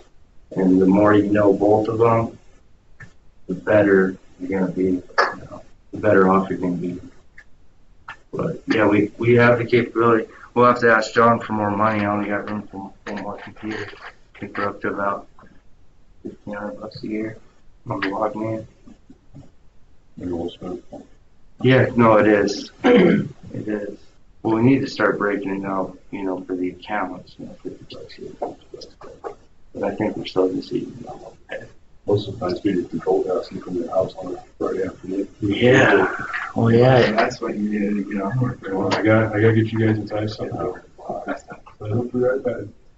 Yeah. Take a beer while you're doing your control testing. Yeah. Yeah. Now you got your attention. Now you got it. I'll show you guys a different control system real quick if you want. It's you guys ever heard of Inotech? That was in that movie with the dude, that guy burned it down, they're full of paper, right? Inotech's cool. It's out of Australia, and the local support's right in Camas. Their North American headquarters is in Camas. This is where we were working today. On refrigeration, put it in. Refrigeration? Yeah, out of up where Seth's at. Right down the road. But it's cool. It's all block logic. What is it? Block logic, none of that CPL. But it's good. So graphics come with it? Yeah, so these are the Daikin's. What's going on? It's custom graphics or pre-canned? I don't know. They're custom. And you got, Inotech does all the graphics. Like I had them at the CO2 down here. Is that one building I was in? This is kind of weird. But yeah, the damper's open. This is Clark Building. Yeah, Joseph, this is where you took that. No, you were at the one next door. That's the Allerton. But this is right next to that one. So when a compressor turns on, this fan will start spinning. Yeah. Headquarters.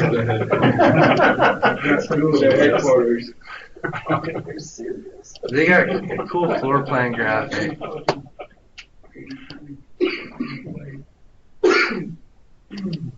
This one's been struck. FPV11 was working. It's struggling. But this building is just, look how many FPVs is on this entire floor. Are they occupied right now? Yeah, we run this building pretty much almost 24/7. But look at this VAV6 zone. It does, I think they built this building out, and as they added tenants, they didn't TI it right. Because, I mean, look at this one. Level 3 is terrible. This one fan power box does, I think, all these offices. It's just shit, man. This guy's cold. This guy's hot. At least it's on the same side of the building. Yeah. It's terrible. Too off, good zoning that's one. That's another box. This zone should have 4 boxes. Going everywhere. Nice graphics. You see this one? It's got a bad pickup. It'll go from 0 to 24 CFM to 200. There it goes. It's a shitty pickup. And the guy who air balanced just did a terrible job. I found so many jiffy dampers just closed, man. He didn't get the lock nut tight, so they just flung closed. It's horrible. So now we're trying to figure out what we should do. But yeah, that's the Inotech. And then I'll pull up the Allerton. So that was what? That was Inotech? That's the Inotech. So what's we'll probably be adding boxes on that. We're covered, man. Their technical support's great. They pre-program the config for me. I put the controller in, they remote in, they do it all, no charge. So we just replaced this controller, 22A. think if Nick's still on, I think Initech is what we got down on CCBC and Salem too. Yeah, no, call the guys, call Nathan and Camus, Inotech America. They're great, dude. They'll remote into the building, have a look for you. If you do need to pay them, they're $1.50 an hour, but that's all they do. So it's most of the time they're in and out quick. I mean, I do all the back-end programming, but any graphic work, the graphical software is $2,000. And for one building, it's not, you know, how often are we upgrading graphics? Not very often. If they did a TI and I had them fix this graphic on the second floor. They bumped this data room. This data room used to be on 17A and 18, and it was shared, but now it's just on one mini split standalone. So I had them blank this out, and then I had them put a wall there, and now 18 just does that, and 17A just does that, and 17 does all that. This is terrible. That's terrible zoning.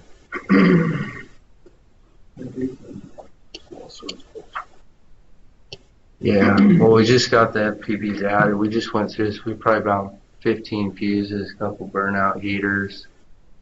So I'm hoping we can make it better, but it needs more boxes for sure.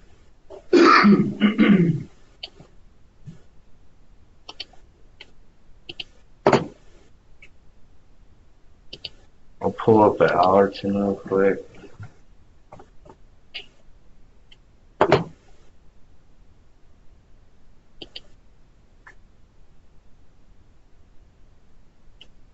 While he's doing that, how many people need a first aid card? I've been for 2 years. So you're good. So if you're going to go to Eugene, we got to take it. But you want to have recognize it? Yeah, it's American Heart Association. I need one. And Oregon has a pretty different electrical CEs, so it's a valid course. You do? It's good until 18. Yeah. If I was to do one next Tuesday, is that too short a notice for anybody? So you guys are in class, okay? Because JVC was wanting me to get that done Tuesday, my own day. They're up the hall. I'll reach out to Justin and ask him and see. The problem with the CPR first aid classes is I can't just invite everybody. They would all get credit, but you can only have so many people per training doll. And Pat. Yeah. Gender neutral. Yeah, Pat. Only so many people per Pat. Sounds great. You're too young to remember the Saturday Night Live. Okay, so Tuesday was working, except for. Well, I got mine. It's good until 2018. Who else would have worked for you? December. Didn't work for me, but I got very much hated. Is your electrical card being held up right now because of it? Mine's been held up for like 2 weeks. You got your hours, right? You're good? All right. Hours and what? It's pretty much. For those 6A training cards? Yeah, that's good until 18 too, and I just need to go. I've got all mine. I might have to take another update class or something because I took it so early. But You got your license, right? yeah, I had it for 17 years. Nice. Well, you need a 6A unit to make a change. Replace like You can put on jumpers, but you can't touch a line. Yeah, you can do like for like, right? Washington, you can do like for like. Yeah. You just a whole bunch of work for me. I need Burck on my job, but not anymore. Just spot on.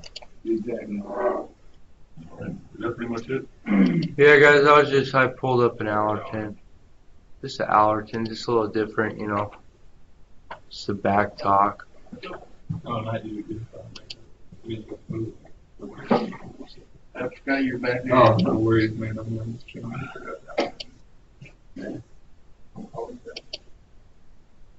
I was bumping up set points.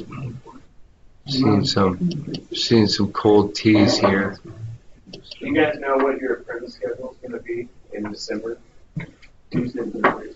Okay, so Wednesday is work. Because you're not going to get a class in the hall anytime soon. You know, there might be one coming up, but the ones in the hall, they go really quick with all the first timers. So the veterans guys, they're kind of like stuck out because the first All 305 got a bone control keys. first year, right? I got the letter today from Oregon saying it's approved, so, which is good for the license. And it's approved in the town. Because the next date I was looking at was December 13th. Is it approved by the hall per hour? Oh, it will be. Very easy. Yeah, I submitted this class. You get 4 hours for this. Good. And that's in the mall. So 4 hours think what? About 3 training hours. The third week of December, we go on break. I A winter break. don't know anything about that. So 40 hours, 15 good. Like a week after the beginning of the year. 290 gives you 40 hours of credit, outside, so like this is outside, right? $800? I didn't get that check last year. Yeah, $800 check right before Christmas. Well, it's not that big. It's It's like 600. So who keeps track of that? No, you're not. Well, so any class we do in here, I fill out a form and I submit an outline and all this other information to the hall, saying what we're doing and how many hours is requested. And then I take that sign-in sheet and I send it to the hall. So as long as your name's on that sign-in sheet, then you get your hours towards that. So as long as you go to 24 hours, you go to 24 hours. A year or? Yeah. Okay. Then you get your Christmas bonus. Which I don't know how the rolling You gotta have 60 for your first year. Yeah. Really? Yeah. What? You gotta have 60 hours on your first year when you're a pro. But They mixed in heritage and all that other stuff too. we did enough down here last year that everybody should get theirs. Yeah. And there's actually a 3-week VAV course coming up. At the hall? Go What days? online, go online and check. They said that we can get hours to the hall for that maybe review boiler class at 3%. They all need 37? Yeah, 13. Yeah, that's good. That might be an invite. You know how to log in online, right? No, I don't. You go to local I've been 290, looking at, just look up local 290. yeah. And then you'll have to get username and password, they have to approve you and then you'll get on it. You call Heather. So, yeah. I was gonna say, I just signed up for the test classes. Yeah. It's like every Saturday, November through January.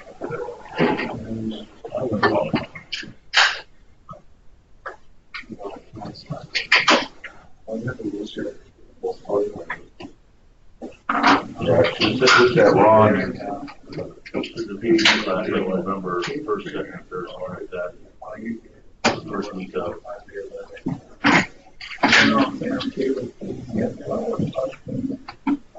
Are you 12 then, or are you just for every class? Those are same courses. I just want to see what their, for one, it's hours of classes, number two. I want to see what they're Got anything else, Seth? How'd you get there? I've got a Washington. I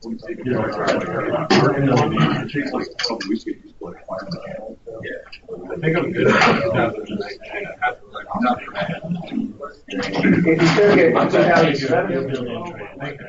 I'm signed up for that.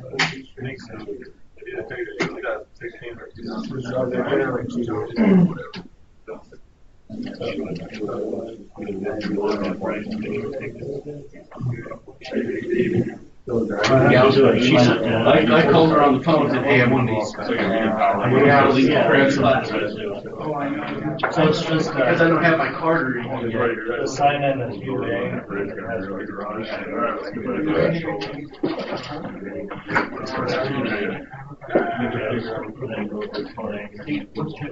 Still talking about work? Oh, and I got something. Well, you're out there more. I got a vacation. 2-day vacation.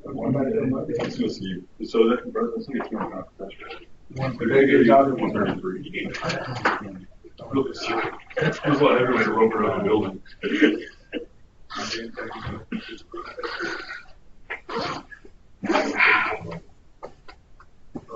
Oh, we should have some tomorrow. That's what we're missing. Somebody recommended cha-cha-cha. This. There we go. Somebody said, Joseph, the new guy. I was talking to him the other day. He said he was going to be here. I said, what do you want? Mexican. Cha-cha-cha. Don't listen to that guy. So, what are they? I don't know. They're pretty good. I don't have that. It's pretty good. Yeah. I wish I'd asked for tamales. I didn't think about it. I love tamales. It's good. Shakes good. Christmas time of year. What? Forever. Rookie Saturday? You got it over? I got my name.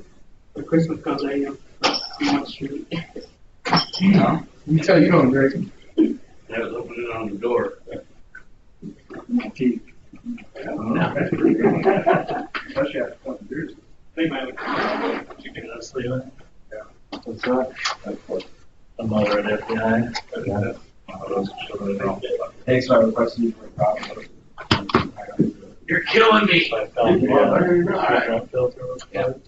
I need you down there if I hold it out. We're going to start tomorrow. I think we gotta get some filters. I can. What time do you want to meet out there? Part of the filter, you want to put it tore apart. So that's going to see what classes coming up. I'll get you out there at 7:30. I gotta get you in touch with the guy.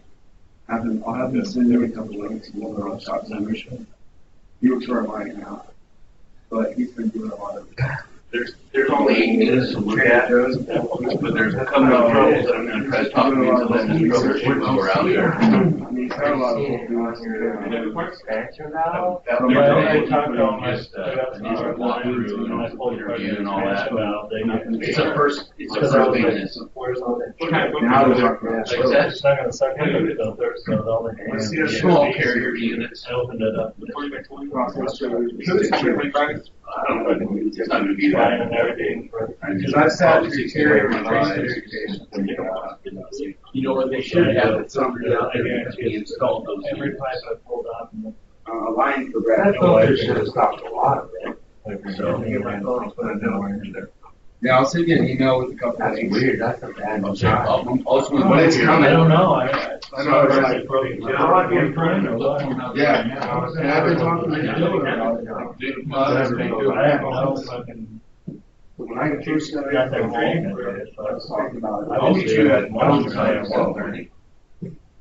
And now they're actually, my uncle went and installed. And, No, you go in there, you come to the way out, just take a right. I'm not there already, I should be there before you. We got to check on the wire shack, and then we got to tell them where to come back and all this stuff, and so that drive across your. This year I'm doing. And inside, but we got to make sure we park out the line. We got trucks rolling down there all the time, so we just got to make sure we're not in the way. As far as like next year, we're pulling that market. We're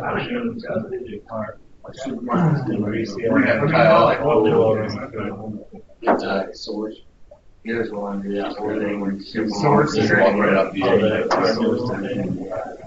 They're the source, yeah. Just source. Well, what about all the, those are screws, right? What about all the gears and the columns? Can't touch them. More So we can send that screw off on the truck, the train, they'll rebuild it, send it back to us. You didn't want to complete Started talking about it. You said, I want to price to replace all the gas, short of the Well, you've done research.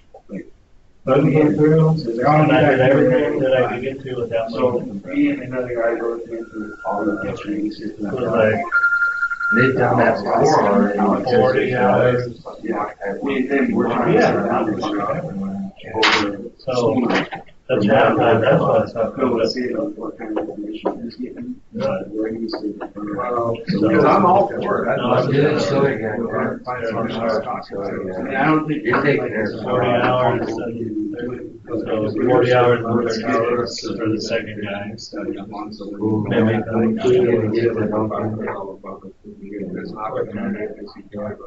John T. Pushing about bringing the guy in. You see this truck taking on the who wants to start training. Yeah, right now I'm taking it once on top one. It's a guy called Joe. Trying to take care of the Yeah, it's like it's super hard. What's the matter? Bring the guy. I got fired. I got a meeting. Developing one of the newer kind of speed comes up with He's got like all that. Trane Tracer. I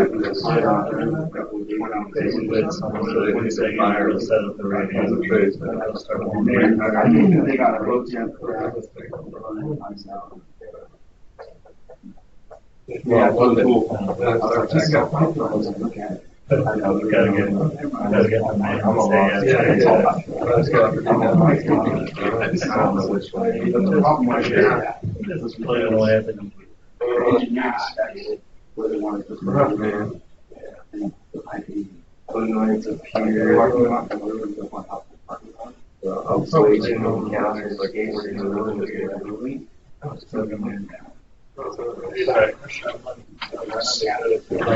and it actually runs 1,000 hours a week. you're never waiting. So I was like, that's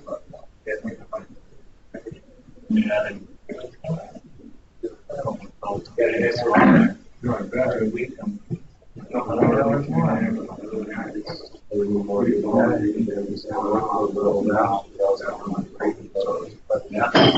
I'm surprised it's on and off. And well, someone else. I have a new one. I haven't dug into the controls. Yeah. I have another one. They do have some centralization in the critical stuff. They have they hold that down. This is central. No, but It's one day on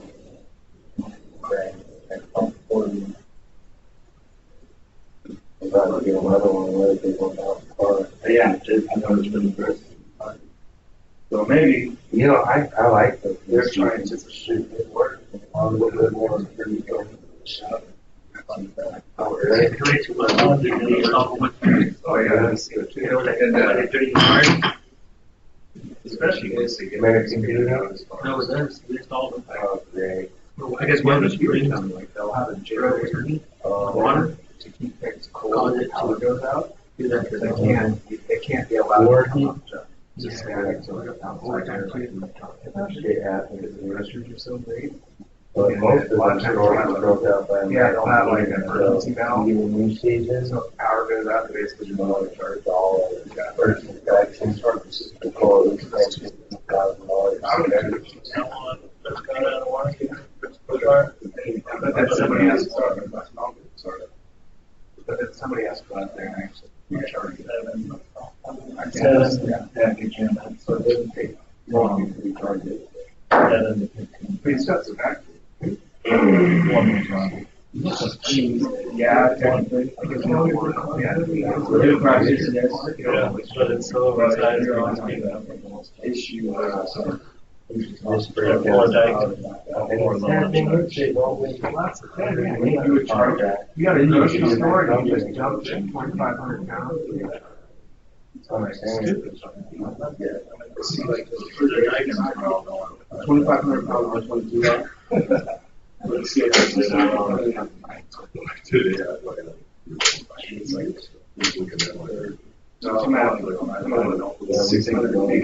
carrying capacity of the CO2, so it comes to the cancer. When they start throwing these down, man. I think they're gonna start doing that. That's like a propane, it's like a third of the jar. Yeah, the Tina was saying I'm not gonna pick those up until December. What that's where I learned all my basic education, you call it. Right, so you take it from your base education to about right here. And then while you're doing that, you get a small gas tank system, and then that's your building foundation. And Verizon's going to allow you to get service calls. So we're going to build. When are we doing this? You know? There's always an emergency with that. Friday. When I'm only on vacation. I'm on vacation Friday. No, I'm out of here. Today. I'm excited for it. Can't be even.